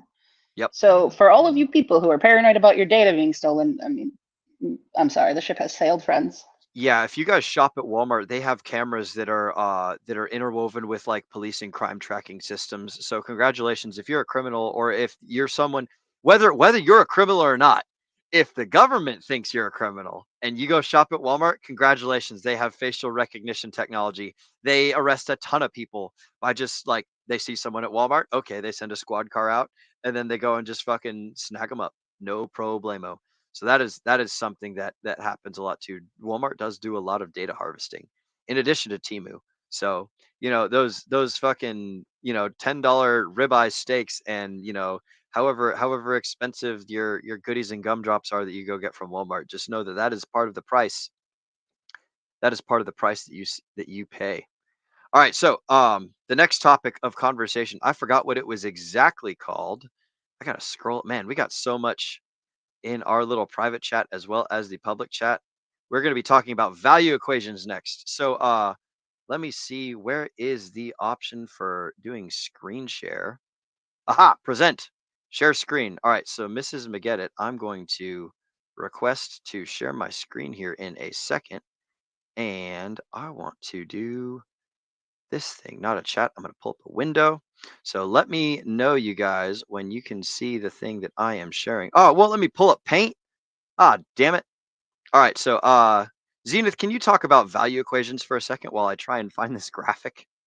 Absolutely. So the value equation, in my opinion, is one of the central tenets of the book and the idea of making the offer. This one is specifically brought up in the chapter where Alex Hormozi starts off by telling the story where he was hosting a meetup for all of his customers, and his dad was like, oh, well, how'd you get all these people here? He goes, oh, these are my customers. There's over 100 people here, and each one of them has paid me over $42,000. And his dad was like, was that legal? And this is one of the things that kind of raises the question of like, why is this question always asked in regards to this? I like that Alex tries to challenge some conventional wisdom and find unconventional answers. Reminds me of Freakonomics a little bit. But in this one, he's proposing the idea that you should charge as much money for your products or services as humanly possible. I think more specifically, he says that your price should be as high as you can possibly put it without cracking a grin every time you say it to who you're trying to sell it to. While this does sound like the peak idea of greed, however, at the same time, the underlying principle is that you should be offering so much value with whatever you're trying to sell that it justifies the price. What he means by that is if you are trying to help business owners fix a $100,000 problem, a $20,000 price tag doesn't sound that bad. It's you literally are helping them. They're paying you an amount of money, and you are helping them exceed that amount of value that they receive. So the value equation, I'm not sure if Will has pulled it up yet, but I've got the value equation, excellent. I think. I'm not sure how to, hang on. Oh, there we go. Excellent. Thank you, Mrs. McGetta. I appreciate it. So this is my super duper fancy value equation graphic that I've got here. Zenith, why don't you talk through it? And for those of you who are looking at the mouse, yes, it does wag its tail. Absolutely. So the way to the goal here is you want to offer the most value you possibly can to your customers. The way you do that is by increasing the number on the top of the division sign and decreasing the number on the bottom. So we have 4 factors here. The first one is the dream outcome. This is the magical dreamland scenario that your product is going to solve. This is the place that your customer is going to be. This is what they're going to feel, what they're going to experience, the amount of money they're going to bring in. You want to maximize this as much as possible. Next up is the perceived likelihood of achievement. This is how likely am I to actually get that dream outcome. You want to maximize this as much as you can and get it to 100%. Now we go to the other side of the equation. On the bottom, we have time delay, which is how long is it going to take me? And then on the other side, we have effort and sacrifice, which is how much is this going to cost me? My time, my energy, my resources, my sanity, whatever. One of the examples that Alex gives in the book is, here is your 100% perfect offer or value proposition that you could give, which is you run a fitness company and you want to give someone their perfect ultimate dream body, 100% guaranteed, instantly, with zero effort on their part. Basically, it's liposuction from magical Christmas land, supposedly. That's the idea, is that you can maximize your value equation so that your offer doesn't sound nearly as ridiculous when you are able to charge more and more money for it. Well, and one of the other things that he talks about in the value equation is the best way. So like if you want the maximum number here, if you think about it as a fraction where you've got your numerator over your denominator, you can try and increase the numerator as much as possible, but decreasing the denominator has exponential factors for increasing the perceived value that someone has. So let's say, for instance, that this top number is a 1 and this bottom number is a 1. Well, then we got 1 over 1, and that's cool and all.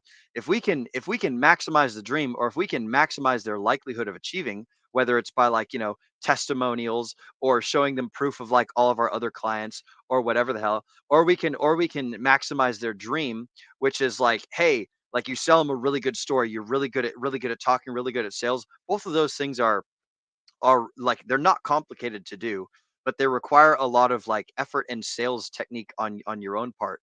Whereas minimizing the stuff on the bottom is pretty easy. You can fix time delay super easy by basically like giving them instantaneous wins and making them achieve goals almost immediately, right? So if you say, hey, I'm gonna help you lose weight like super quick, and to do that, we're gonna put you on a starvation diet for the first like 2 weeks, and you're gonna look at yourself and you're gonna watch yourself basically lose 10 pounds. So we get you that win as quick as possible, right?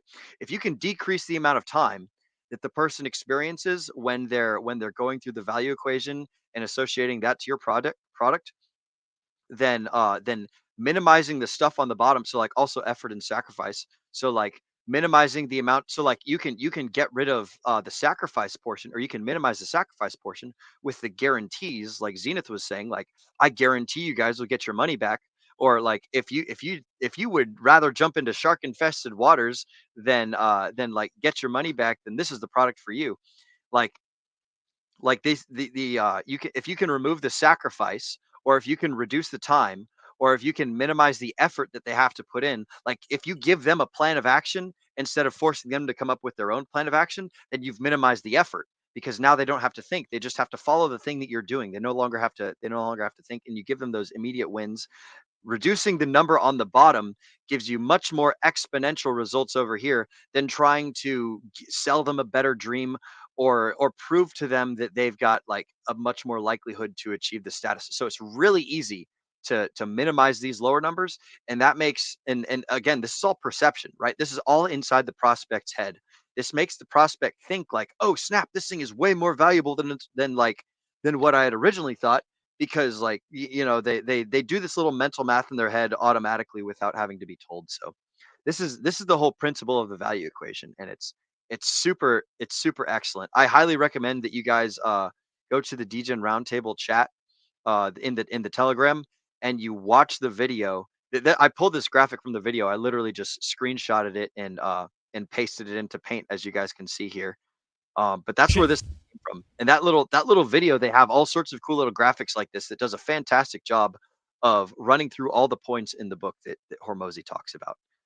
Shout out to all my fellow math nerds and engineers out there that love the hard math of the value equation. However, if you keep reading the book, there do seem to be some caveats or some like these weird psychological tricks that you can use kind of outside the value equation, where if you're looking at this, it doesn't quite make sense. Will, I think you alluded to one of them a little bit earlier, and one of them is the idea that people are more likely to stick around to things if they have more skin in the game. One of the ways that you can do this, Sam mentioned this, I believe, with the MOA Men of Action program by Michael Sartain, is that, yeah, it costs a chunk of change up front, but it's hard to call it a benefit, but one of the benefits of paying a higher price is that you feel more personally invested, which is going to increase your likelihood of finishing the program or finishing the service. So it's kind of this weird thing where you're technically adding more sacrifice on the bottom side of this equation, but at the same time, you're also increasing the perceived likelihood of achievement on the top. Again, Alex talks about a few more of these psychological tricks that you can pull, and also it kind of comes into factor when you talk about the guarantees section, which is that there are ways to modify the perceived likelihood of achievement while also trying to keep the value where it is or even increase it. Can I add to that real quick? Yes, go ahead. And then you can take down this graphic whenever you like, Mrs. McGettit. No, sure. Okay, pressure though. Send us back to normal. It's super quick. So there we go. Thank you. Oh, we got switched.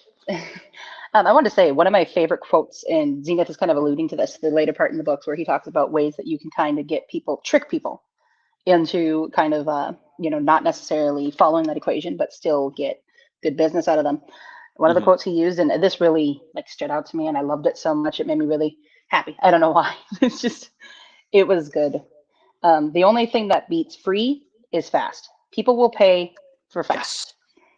And that was 100%. A big thing for me, because what he was talking about in that particular instance was how to add in these bonuses and add in these offers to your pitches to make people really, seal the deal with you. Offering something for free is a huge psychological trigger for people. But if you can't offer free, offer fast, because that's the second best one. I wanted to jump in here and say that like that's a like the speed thing is just such a way to compete, especially if you're just getting into a business, because very likely if you're starting out something and you don't have a lot of clients, you've got time, right? Yep. Which means that, okay, I've got 16 hours a day. I could be doing something, right? So if you're just trying to get in and solve a quick problem, right? There are plenty of people who are going to be willing to pay that speed thing, and you can do it because you've got that time. And so, that just like, because it's on the bottom of the equation, right? If you can reduce that time to getting the thing that the client is wanting, you can just like blow up the value of the thing you're getting or giving in this case. For sure. I wanted to bring up another example from the book here, and then Moonpilled actually gave a really good comment here that I'd like to read, if that's okay. Yeah, I'm scrolling through them right now. Go ahead and pull it up whenever you're ready. Okay, gotcha. That was just the one I was looking at. It's good, right? So Moonpilled here says, I know, I'm sorry, Zenith. But Moonfield says whenever we were told when pricing our one-on-one instruction courses that in order to prevent us from undercutting ourselves, they told us to ask ourselves what we would be willing to pay for it and then double it. And one point that he brings up in the book is, this is another one of his quotes here, the objective, getting people to buy is not the objective of a business. Making money is. So, and lowering the price is a one-way road to destruction. So that's exactly what this is talking about. If you give them a higher price, they perceive a higher value, they look at your product as though it's a better product. If you're dirt cheap, they look at you as though you're dirt cheap. It's all about that perception. So that is really important, and Moonpill really hit the nail on the head with that. And especially, he's pointing out, we took years to educate ourselves, traveling, training, equipment, etc., and they're getting all that knowledge and experience in a much shorter time. Yep. You get a really good point with this one, although I think one of the founding principles that you can't forget when talking about this kind of pricing strategy is something that they talk about earlier in the book, which is do not commoditize yourself. You want to be a one-of-one product in a market, because if you're not that one-of-one unique product offering something different than everyone else, you're going to be compared to everyone else, not just by your value, but also your price, which makes it much more difficult to argue that value proposition when other people are doing the same thing you do, offering more or doing it for cheaper. Yes, exactly. Just like the whole trick of keeping the gaming systems out of stock for so long keeps that price up there, because the demand just doesn't get to drop at that point. There is only one PS5 system out there, and that's the one you got to get. Yep. Supply and demand. And another thing that he talks about in the book is that you don't have to like create false demand, similar to what like PlayStation and Xbox and the Wii did when who knows, it might have been genuine. Something tells me that they were able to crank out more. And then, another big part of it was just the market. The market did that themselves. Like, people went out and bought a shit ton of them and then hoarded them at their house because they knew that this was going to happen. And so that created more demand, and that made it harder to get. And, same thing with like the toilet paper shortage, right? Of like the early zombie virus days, is like when things are not around and we need them, then people will pay a lot of money for them. But like you can do it from an honest perspective, and you can say, hey, look, like I can only take on this many clients this week. And so like you got to be you have to have either snap. Actually, you can supercharge. I'm gonna refer to my notes here for a second. You can supercharge your offer by adding urgency, scarcity, guarantees, bonuses, and fancy naming techniques. The ones that I'm gonna double tap on are urgency and scarcity. So urgency has to do with time, and then scarcity has to do with quantity. So if you say, hey, I've only got 10 X, Y, and Z products for sale, and they're only for sale this week, so act now because there's only so many of them. There's only one of those cars on the lot that you really like, and who knows, I got 2 more prospective buyers on the line that are coming to look at it tomorrow. Or like people that are in real estate, they'll do this too. They'll say, look, like this house just came on the market. There's only one of these house, it's at the price that it's at, and I've got 4 showings tomorrow. Like realistically, that is the reason that I bought the house that I bought up in New Hampshire, was because it had just popped up on the market. The deal was excellent, and I knew that there was a whole bunch of people coming in to look at it the next day. And so I put a fucking fat offer on it that day because the urgency and the scarcity of this fantastic item that I have not had a whole lot of opportunity to enjoy.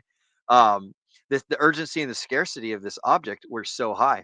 But that's something that you guys can do when you're creating these $100 million offers, is you can generate urgency by like creating really quality products and not having a whole bunch of them. And you can scarcity by not creating a whole bunch, or by like really focusing your craft down. Like Pablo Picasso can only paint one painting at a time.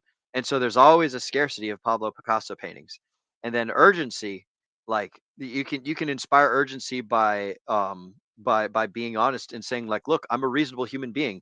I can only take on 10 consultations per month, et cetera, or do this, that, and the other thing. So those are some fantastic things. Nate, it looks like you got something, bro. Go ahead. Yeah. You want to hear something really funky? So this is something that took me a little while to understand, and it was so small and a part of my life because it was my dad for 40 years was in the paper business, Star Tribune and the Pioneer Press out here in Minnesota, right? And because he's been doing it for so long, he's basically got like his area, right? And a lot of these areas had these machines. They were paper machines at all these stores, like the Walmarts and the Cubs and all that, right? And it was up to him to basically run it like a business. And what he told me one day when I was a kid, because what I used to do as a kid is I would ride along with him, right, during the nights as he was going and delivering. It was really nice. It was great times. So what he used to do is he would put half the amount of papers that was suggested to put into the machines. And I'm like, Dad, that doesn't look like it's enough. You know, I'm just a little 14-year-old over here, and I'm like, it doesn't look like it's enough. He's like, no, it's not enough. And I started asking him why. He says, because I did the math. Whenever I would put 24 of them in there, I would end up with like 10 left, right? But when I would put 16 or 17 in there, they're all gone. And I would see people rushing to the machines and then get disappointed that they're not there. And so he figured it out that just by watching his spots, kind of that sweet spot of like exactly how many papers he could sell before people thought, oh, there's plenty there. And then he just wouldn't sell as many. It was very fascinating that this is being brought up now, like, Jesus, half a life ago. And it's being brought up like, hey, this is a really important thing for your life to be able to sell and all that. It's like, interesting. Yeah, just a fun little story, I guess. That's good. I like that. That is excellent. Scarcity, urgency, bonuses. You know what? Actually, like while we're on this subject, I'm gonna do a quick little book review. So I'm gonna go on a monologue here real quick. If anyone has any further thoughts on this topic, go ahead and spit them out. Otherwise, I'm going to do a general like quick run through of all the stuff that's in the book. I'm gonna hit all the broad topics so that way the folks at home kind of sort of know a little bit. I suppose if I was a wise host, I would have done this in the beginning. But you know, lesson learned. Hey, it's your first Lesson time, learned right? and things. Hey, you know, I'm a virgin Will's here. first We're book popping the club. cherry. We're popping the You cherry. are a All right. wise host. Yes. Oh, thank you, my brother. But does anyone have any thoughts before I hop onto this book overview? Yeah, I just wanted to mention one thing really quick that I think kind of wraps up the whole idea. And I think it was one of his last examples for this section too. But he mentioned that, I can't remember the name of the brand, but it's a really popular like makeup brand. And what they do is when they put out new items, they send, just Chanel. one or two of them. Yeah, there you go. That's what might have been. I think so. That sounds right. I'm almost positive, but not quite. They send only one or two of that item to each store, and each store gets something different. Therefore, those things are just never there, always scarce, and they're constantly creating that same idea over and over again. So I thought that was brilliant. I really liked that one. Absolutely. Yeah, and that is an effective way. I think that I could be wrong, but I would be willing to bet that Rolex and Louis Vuitton and other such companies do very similar. I know that Lamborghini, or no, what's the one, Bugatti? They only make like 4 or 5 cars a year or some shit like that. Oh Like yeah. there's like all those. Yeah, and they also send out an email specifically to clients who are interested. Not only that, but also to say that Lamborghini is sold out currently with all their new models up until 2026. So they're doing it too. Yeah. It's That was interesting. one last thing. Sorry. Go ahead. Go ahead. Okay, really quick. Just one last thing that I wanted to mention. I was going to mention this one earlier, but the idea of putting a limited edition tag on something, on anything, just automatically huge boost. Anything that you can put out there that you're saying limited edition, we're only making X amount of quantity. Yes, good idea. Perhaps Beanie Babies for those of you fellow 90s children that remember about Beanie Babies. Yo, do I remember that one? Yep. Furbies. That was another one. Or NFTs. All right. I'm going to do a quick little book overview. So some of the things that he covers in the book. My wife is obsessed with the bag brand of her. Oh, we're just going through chats. Excellent. Shout out to all the people. I just realized that we are dual streaming. So Sam, this is on your other channel, right? Correct. That is excellent. So shout out to all the folks that are wondering what's going on. I see all the chats in the StreamYard thing, but I guess that you guys on the different YouTube channels can't see each other. So big shout out to all the viewers and all the folks at home watching. Make sure that you like that smash button, comment, subscribe, all the good stuff. All right, so overview of what is in the book. So what's in the book? First things he covers is what is an offer. He talks about the difference between the two types of things that are sold. We've got commodities and we've got differentiated products. Commodities are basically things like apples and oranges and gasoline and garden shovels and anything that like tons of people make, where the pretty much the selling point is the price. Because other than that, like most everything is similar, right? So like you can get an apple from Lowe's. You can get an apple from Subway. You can get an apple from Tires R Us. You can get apples from all sorts of places. And the defining feature, because apples are pretty much all the same, the defining feature or the reason that people will buy it is like price or convenience or something like that. So you don't really want to be selling commodities because it's just incredibly competitive. And the price is ultimately like what the deciding factor it is. And then the second types of offer is differentiated offers. So that's like stuff that only your company can sell. So like if it's like a product and a service, you know, like Alex Hormozi talks about, he sells sales packages to startup gyms. And you know, big shout out to Gains by Casey. He was telling us in the chats earlier that he actually him and his buddy started their gym. Uh, oh man, Beyond Driven Fitness, they started their gym using Gym Launch by Alex Hormozi. So I've been to their gym; it's fantastic. So big shout out to those guys. But Alex Hormozi sells he sells like things that only Alex Hormozi can sell and that nobody else offers. And therefore they can like demand these premium prices. They have fantastic value propositions. They have attractive promotions, unbeatable guarantees, and the customer gets paid for receiving more of their own prospects and customers and things like that. So, or excuse me, Alex doesn't get paid until the company that he's consulting like gets more customers, bringing in revenue. So by him providing like the upfront investment in the company, that then generates revenue for the company, which then pays Alex's company for going through the whole process of teaching them how to make these $100 million offers. So that's actually what I've just described to you is a Grand Slam offer. And the Grand Slam offer is what the whole point of the book is about. It's about creating these, that it's just another word. It's synonymous with the $100 million offer. But that's what a Grand Slam offer is. It's an attractive proposition with high amount of value for a premium price, meaning it's like it's a high price because it's a high price, but they're offering like crazy higher value than whatever the price is.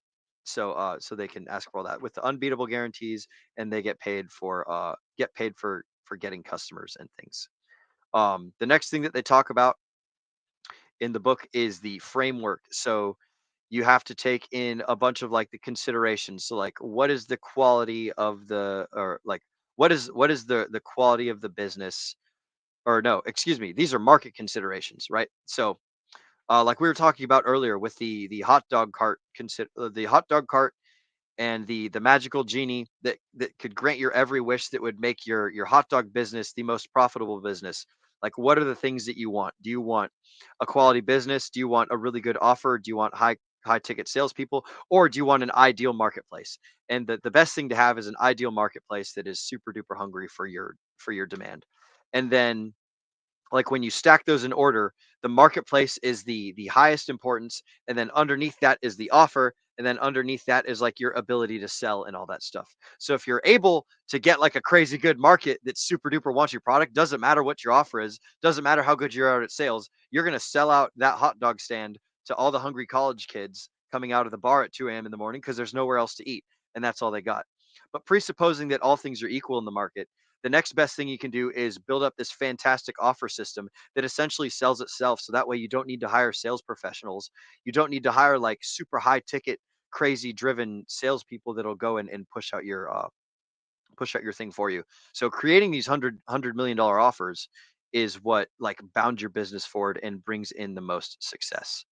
And then he talks about problem solving. He talks about purchasing power, learning how to ID your target market, and trying to find growing market niches and things. And you don't want to be in a bad market is essentially the idea of that one. Like if you're an advertising company You don't want to be pitching your advertisements to newspapers when Facebook ads and internet ads and Google ads all exist, because newspapers is a dying market and internet is a booming market. So you want to keep that into consideration as well. Then the next thing he talks about is values, and so we kind of went over that earlier with the numerators and the denominators and the math formula of values. So I'll kind of sort of skip over that as well. But basically, the idea is the dream outcome times the likelihood of receipt over top of the time delay and the effort and the sacrifice. That is what like your prospect determines to be like the value of the thing you're offering them. So you want to maximize the things on top, and you want to especially minimize the things on the bottom, so that way you can give your customer the ultimate value package and they'll be the most satisfied with everything that you have to offer. And then he talks about solutions, how to come up with solutions for your customers' problems. So after you've identified all of the customers' problems, you then talk about all the solutions of the problems. And that's where, like, earlier we were speaking about the 1990s infomercials, where it was like, hey, you can buy this one knife for $49 and it's super duper cool and awesome. And but wait, there's more. Not only are you going to get this one knife, but we'll actually send in 2 knife sharpeners and a replacement handle. And not only that, but wait, there's more. Like, whenever this knife breaks and your knife sharpeners go bad, we're also throwing in these millions of other knives. Like, you're going to get a total of 49 knives when you buy this one knife. So the thing that infomercial is solving is, like, it's solving future problems that the customer might have. So you broadcast out like, hey, we've got this one solution and it's great, but not only do we have this solution, but we've also thought about more problems that you're going to have in the future, and we're solving those as we speak, as we go through this sale process, which is the ultimate offer, like the $100 million offer that we're giving. And then you kind of want to one thing you want to do is, you like, after you've like brainstormed all these problems and solutions, you kind of want to remove the solutions that are incredibly taxing to your business or not that effective for your customer. You essentially want to trim the fat. So, like, you brainstorm a whole bunch of solutions to a whole bunch of the customer's problems, and you get rid of the ones that are shitty. And that's basically it. And then they talks about how you can supercharge your offer by adding the urgency, the scarcity, the guarantees, the bonuses, and the naming tricks, and that helps increase demand in your offer and everything. He then in the book they cover the scarcity and the urgency, which we've spoken about, and then he talks about the bonuses, which I sort of kind of alluded to, and it's again going back to the 1990s infomercials things. Is they talk about all these bonuses. So, like, realistically, the company could be selling. They could say, like, "Hey, we're going to sell you 49 knives and a knife sharpener, all for the low, low price of $49.95." Or they could say, "We're going to sell you one knife, and in addition to that, we're throwing all these other things on." The two offers are identical, but the manner in which you present them is the part that makes your $1 million offer a $1 million offer or not. It's all in the way that the customer perceives the things that you're talking about. So that's the bonuses part, is you can essentially take the thing that you want to sell, split it up into a whole bunch of different pieces, and then present the main one first, and then you add on all these other little things, and you want the sum total of all the things you're adding on to be way greater than whatever the original thing was all by itself. So that's just, it's something to think about, is throwing these bonuses in. And then he talks about guarantees and how you should create, like, a system of cool guarantees, so that way, and this is going back to the value matrix, where you have the positive things on top and the negative things on the bottom. You can remove the sacrifices portion by, like, making guarantees, which essentially remove the risk profile in the customer's mind of, like, ah, shit, man, if I pay this guy 50 grand for this super cool sales course, then, like, now I'm down 50 grand, and who the fuck knows who knows what he's going to sell me. By throwing in a guarantee in there, saying, like, hey, not only do we think that this product is, like, the best product and here's all our proof, but also, like, if you're not satisfied, then we're not satisfied, and we'll pay you back double of whatever, like, you threw in. Like, you essentially make a guarantee that's so good that they're like, whoa, I'm not taking any risk by buying this thing. And what that does with most people is it's kind of like building up goodwill and generating, like, that positive person to person, that community aspect that we were talking about earlier. My camera's going fuzzy. we're gonna do the thing that I learned from Crypto Sloth. Hey, look at that. All right. Where was I? I was talking about guarantees. That's right.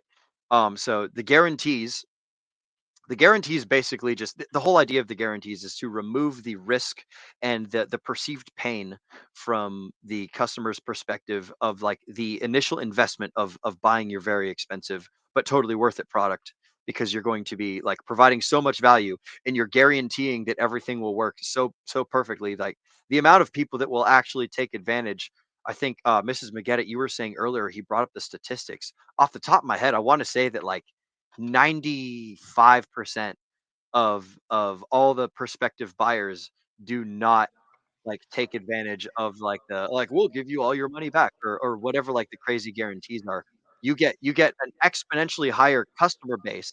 Like all of your sales go through the roof because everyone their minds are put at ease by this crazy cool guarantee. And like it greatly reduces like it also increases the amount of people that take advantage of these guarantees. But the fact that you've gained so many more paying customers nullifies the fact that like your guarantees go up by just a little bit. So Yeah, he mentioned one of the statistics I remembered that he did mention that stood out to me was something like he'd been offering like a money back guarantee. I don't know if it was specifically him, it might have been, client who was doing it, but yeah, somebody had offered a money back guarantee, and out of like several years of running it this way, they'd only ever had to actually give a refund like 4 times. yeah, So exactly. It's like it almost like the guarantees are almost never taken advantage of if your product is crazy fucking cool and your clients are awesome and you do a really good job of presenting. And if you have that $100 million offer, then likely people are going to be more interested in the product than they are going to be in getting their money back and not being satisfied with the product.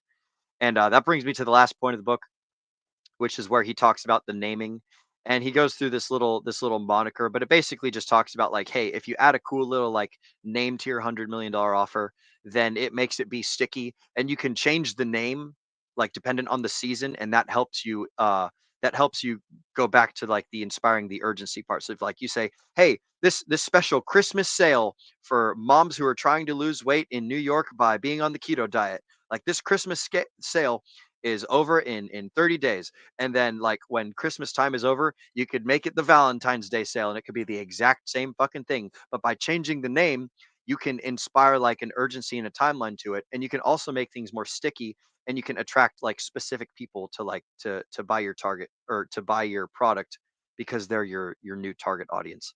So that's a quick super duper quick rundown of the book $100 Million Offers. So while I catch my breath here, we're going to go ahead and take a look at the chats. We got Charlotte Nightstar, the werewolf. Gotta go, sadly. We'll watch this later for sure. Thank you so much for covering all of this, and have a great rest of your night and the upcoming weekend. Big hugs.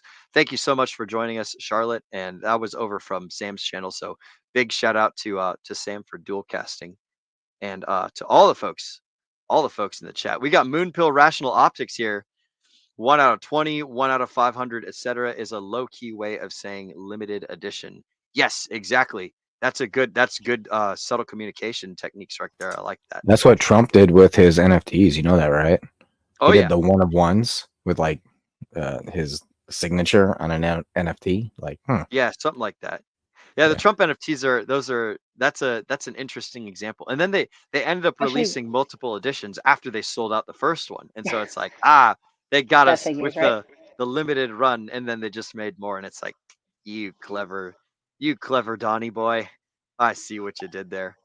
I actually wanted to mention though with the example that Moonpill used, that's a really really good one because that's something that they do and have been doing with sports cards for basically ever, for a very very long time. And I mean, sports is obviously a huge market. When it comes to the communities that I follow, it is and always has had the same issue that the other collectibles. Pokemon is a very good example. The TCG started running into when COVID was happening, and that was that you could never find it. In the stores were just completely sold out all the time because people were buying it up, putting it on the internet, selling it for double. People have been doing that with sports for basically ever. And one of the big reasons is because sports implements this idea, the one of one, one of 20, one of whatever. Yep. And people just eat that up. They love it so much. If you manage to Oh get yeah. one of those cards, I mean, like you can open a booster pack of sports cards and find a card worth $1,000. Yep. It's a piece of cardboard, people. Yep. You know what I mean? It's crazy how effective that can be. What did he say? Price is what you pay and value is what you get. I think he was Zenith, correct me if I'm wrong here, but I believe he was quoting either Warren Buffett or Charlie Munger in the book when he said when Hormozi said price is what you pay and value is what you get. So if you pay, That is a Warren Buffett quote. that's a Warren Buffett. Thank you, sir. I appreciate that. But yeah, that's a good point you made there, Mrs. McGettit. Like people will buy some things that I think are absolutely silly and valueless because I put no stock into it. But they might think it's the coolest baseball card in the world because it's got some nifty little ink on it that says, 1 of 20 or Yep, X, and it's Y, signed. And it's Yeah. sparkly and shiny. Yeah. Look at that. Some person made a hand gesture on it. And it's just like there's so many like everybody values things differently. And this is something that like I've used to diffuse a lot of arguments and a lot of like people being like, well, I don't like the thing that you like. And it's like, well, okay, some people don't like pickles on their hamburgers, whatever. Like it's a super everyone thinks from their own point of view first and foremost. And it just kind of that's a good way that you can diffuse a lot of animosity and stuff when talking to potential customers and potential clients and developing your $100 million offers is figuring out what it is that other people like and not paying quite so much attention to what it is that you as the salesman likes. So anyways, ladies Definitely. and gentlemen, we are rolling up on our hour and 56-minute point here. My goodness, we've only got through 2 of these questions that I plugged into Chat GPT earlier because oh man, this is fantastic. For those of you who have not read this book, $100 Million Offers by Alex Hormozi, to my lovely and trustworthy panel, on a scale of 1 to 10, starting with Miss McGettit, then going Sam, then Nate, then Zenith, and then finally I will finish off. I want you guys to rate how necessary this book is for a young aspiring person in the world who exists and wants to do things. What would you rate this book on a scale of 1 to 10 on the subject of necessity, Mrs. McGettit? Ready, set, go. Well, for entrepreneurs, I'm going to put it in my top 10. And the reason I'm going to put it in my top 10 is because this is episode 10. We've gone through 10 books. So far, they are all in my top 10. Numerology, I like it. Excellent. Sam, what would you rate this book 1 out of 10 for necessity? This book is a 9.7. And the only reason it's not a 10 is because you got to leave a little bit of room because like you got the audiobook, you got the physical book. Like I can get second audio, I can hear with my ears. I can read it with my eyes, but I can't smell it. So they haven't come out with a smelling version and I can't really taste it. So, they've got room for improvement. It's interesting that you mentioned that. It's almost like Alex Hormozi could come up with a cookbook or something, an Alex Hormozi $100 million offer cookbook or something like that. I don't think that would be a good use of his time. But do you know of anybody who? Well, you know what? Actually, we're gonna save that for later. Nate, what are your thoughts on the $100 million offers by Alex Hormozi? 1 to 10. Oh, it's absolutely fantastic. I would definitely recommend this for people to listen to. There's a lot to be learned here. And with that being said, I have been doing a lot of thinking with a lot of different aspects of my life, aspects of the Degenerate Roundtable's life, when it does come to this book. So I'm going to go ahead and say that, yes, I am doing consultations. I'm only going to be doing a absolute maximum of 2 a day. And you'd be lucky if you can get in for 2 a day because there's a lot of other things I'm doing. So it's guaranteed 1, maybe 2, kind of perhaps. Quite frankly, there's a lot of people that I've gone back and I've asked them, hey, what do you think about my consultations? And well, they've said that I'm undervalued, quite frankly, and that they get a ton of value out of me. And quite frankly, your price is undervalued, not your price. I want to be clear. Price, Nate is not undervalued. Nate is the price is too low for the quality of content that they get. So yeah, I literally straight up was like, hey, I'm gonna have this price here, and then but I'm thinking about putting this price, but I'll give you this price instead. And it was like literally 3x lower. And by the time we were done, he paid that price 3x higher anyways, just because of how much he got out of me, or what he felt I was. And so, yes, I am doing consultations. There's a lot of things going on. Everything's starting to take off. And there's some people who unfortunately have kind of fumbled their bags a little bit. If you have done that, go ahead and hit me up on the Telegram right there. You can go ahead and get a hold of me there. It is free for now. So yeah, a lot of people have kind of fumbled their bags a little bit. I can help you save your bags a bit, as well as like portfolio allocations, things like that. Also, if you want to make a little bit of extra money doing things like LPing and farming and just overall kind of setting yourself up for not getting destroyed. This as the bull market is ramping up into extreme euphoria. Whoops. And then I hit my thing. But yeah. So with that being said, yeah, what's going on, Zenith? What? Hold on, Nate. The question's 1 out of 10 for the book. Did you want a 1 out of 10? Oh. Yeah, I do. I want to. I said I recommend it. I don't know about a 1 out of 10.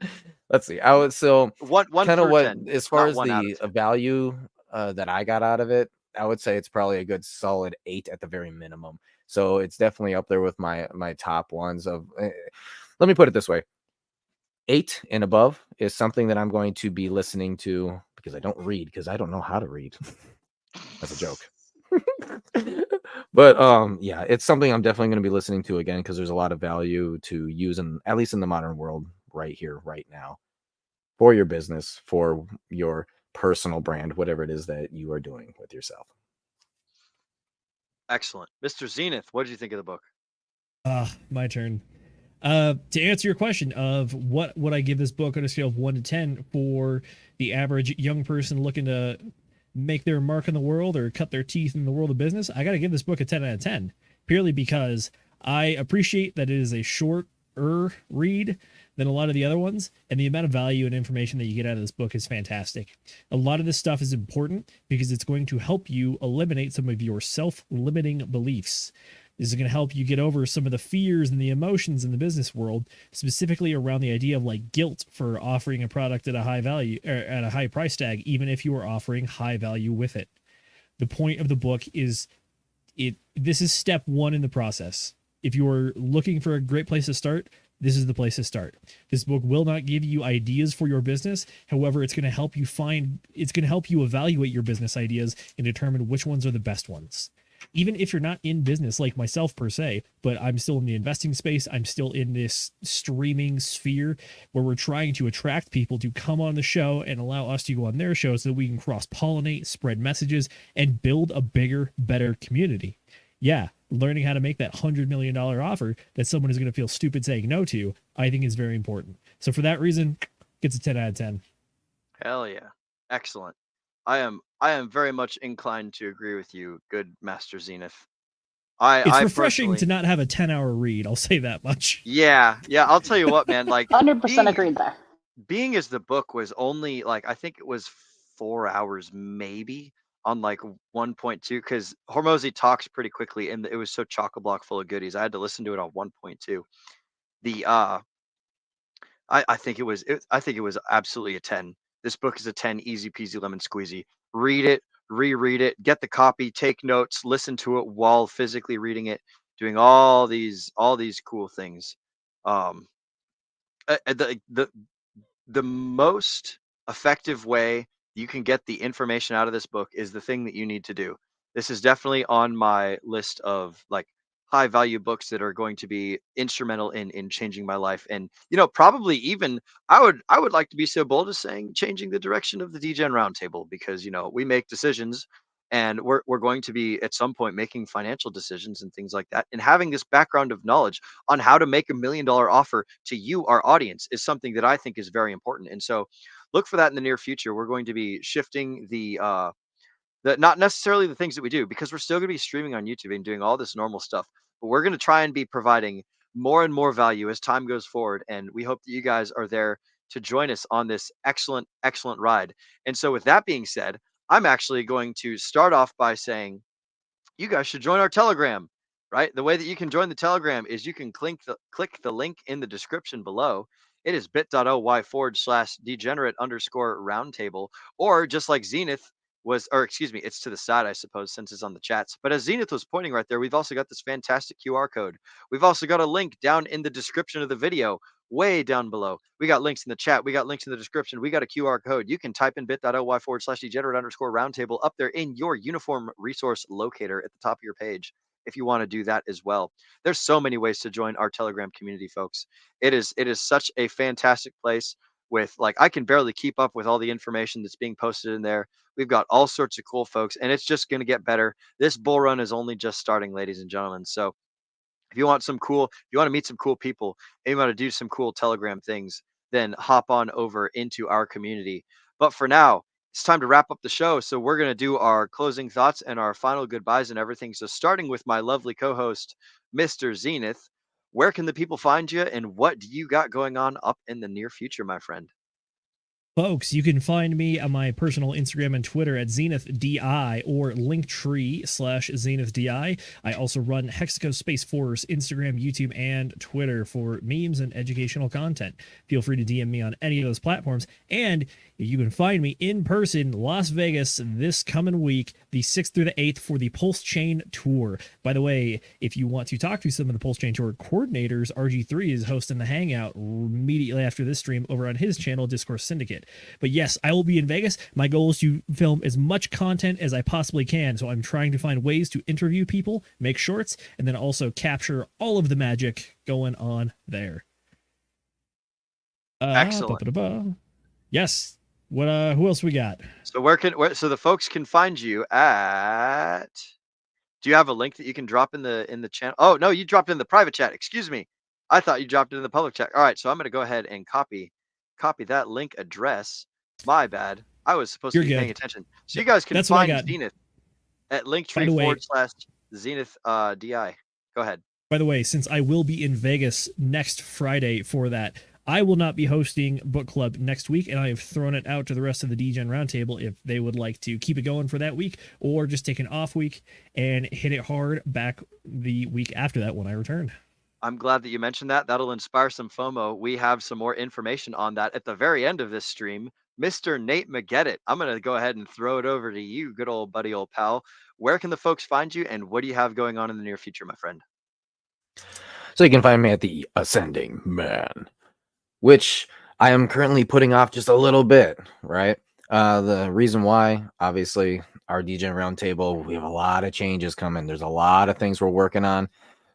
So I'm just taking a quick vacation on that, maybe a month or two, just simply to make sure that, you know, the little baby over here, DGen Roundtable, can really take off and be well taken care of.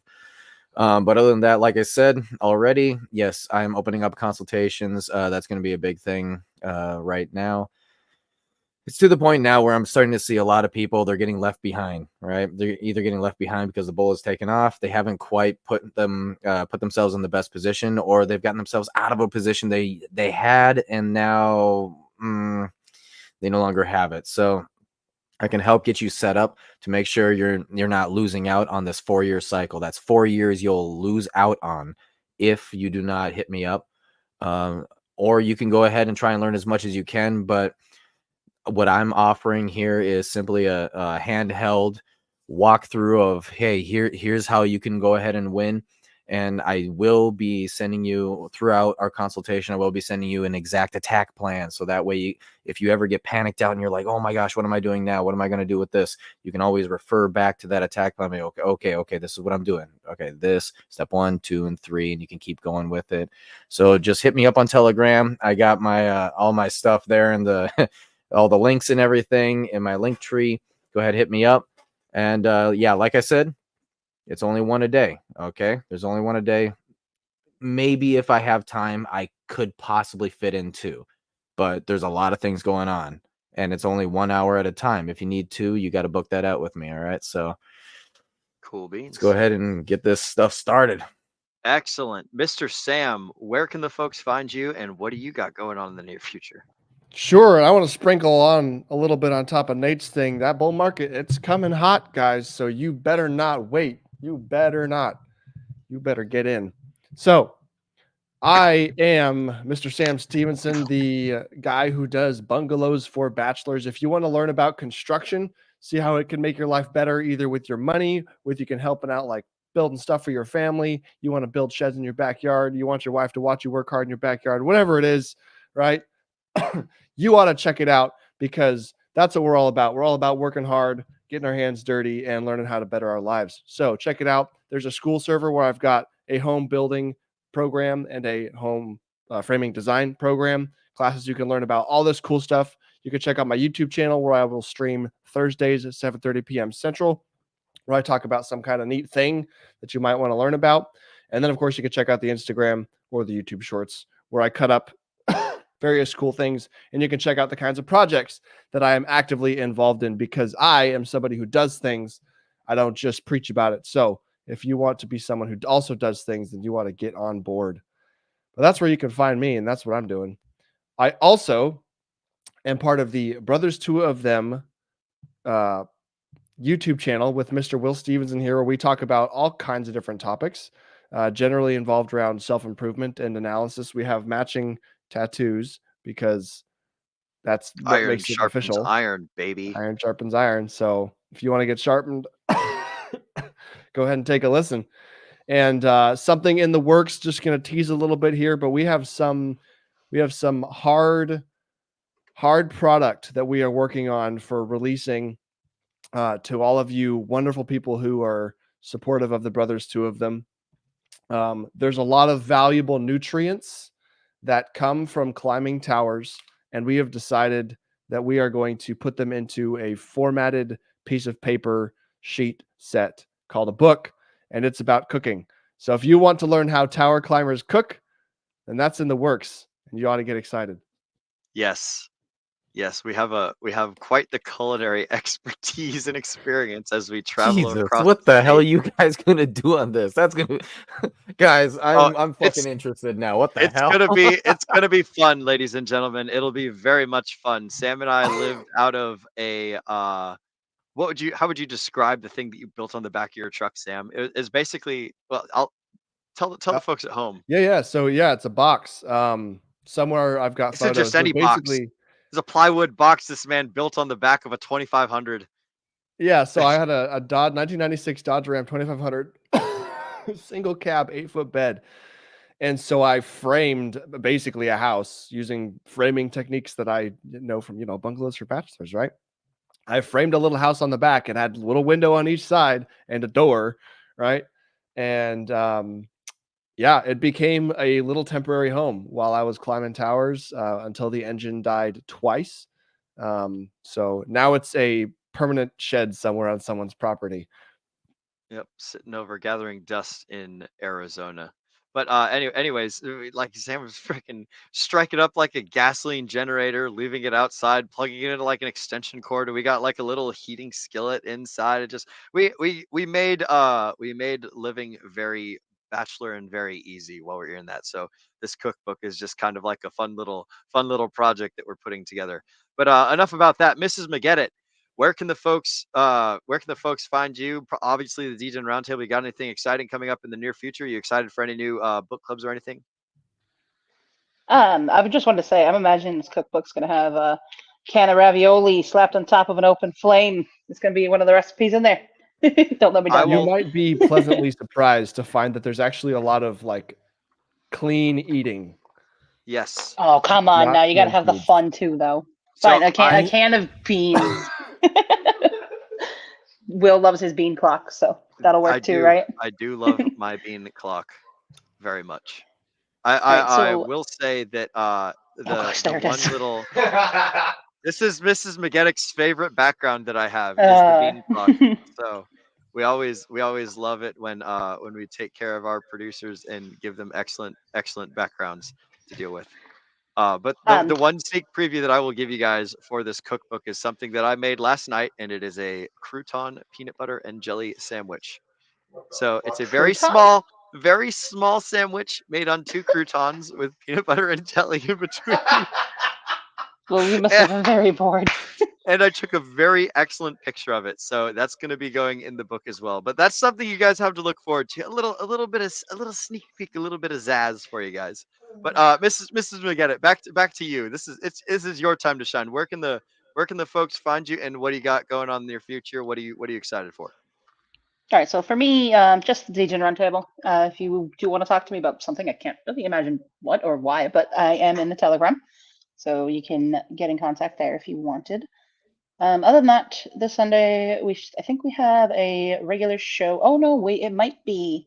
I'm not positive on this, so take it with a grain of salt, but I think we might be redoing the perfect storm theory. I'm not Yes, positive. you're right. That's what Brendan wanted to do. He wanted I to believe revisit the so. perfect storm. Yeah, shout out to Brendan the Anonymous Bean. He will be hosting that one, so it'll be a good show. And I believe that Yeah. we're going over that. So that's gonna be a fun one. Yeah, that's what I was going to say, is that Brendan's going to be hosting this Sunday, so we'll have that. And then on Wednesday, we've got our regular Whiskey Wednesday. I do not know if we have anybody for the hour slot yet, but if I find that out between do. now and Sunday. Oh, do you know who? It's not 100% confirmed yet, but there may or may not be possibly the Go Fud Yourself people actually getting on. A little known group that's outside of Pulse Chain. It's outside of the normal groups we would normally go into, but you know, they give out some very good information. They are a literal daily show, just a half an hour at noon every single day. And they kind of give you an overall of like, hey, what's going on in the crypto world? It's a great little amount of just like, hey, daily, here's your intake of what's going on. And the fact that they are so small is actually kind of criminal, because it is so vitally important with lots of value of the information they give you. Oh yeah. Well, maybe they need to work on their $100 million pitch then. Maybe we should send them this book. Here's and hoping that's that something they join us. This is excellent. that would be awesome. And here's something I want to mention just to all of our viewers. If you do want to give this book a listen, but you don't have the money to fork over, or you don't want to, because why would anybody want to pay money for something? It is on YouTube. I did manage to find it. There's somebody who has it uploaded in 2 parts. The first one's like the majority, and then the second one has like an hour and a half left. So it is on YouTube. I will put those links up in our Telegram for you guys. And yeah, that's how I ended up reading it. So. And one of the things that Hormozi spoke about in one of the other podcasts is that the book is $1 on Amazon. If you guys want to get the Kindle version, it is $1. He did not want the price to be anything because he doesn't need the money. He wants to build value, and he wants to make the world better, so that way he can have more potential clients to sell to. Because the more of us that become millionaires, the more of us are likely going to do business with him in the future, and him generating all that goodwill will assist in that process. So I'm glad that you mentioned that, Mrs. McGettit. There is the free version, and I'm sure he's perfectly fine with all that. The Audible costs like basically nothing, and good old Jeffrey Bezos, he gets the big old chunk of that. But yeah, if you guys want to listen to it on YouTube, what Mrs. McGettit said is absolutely fantastic.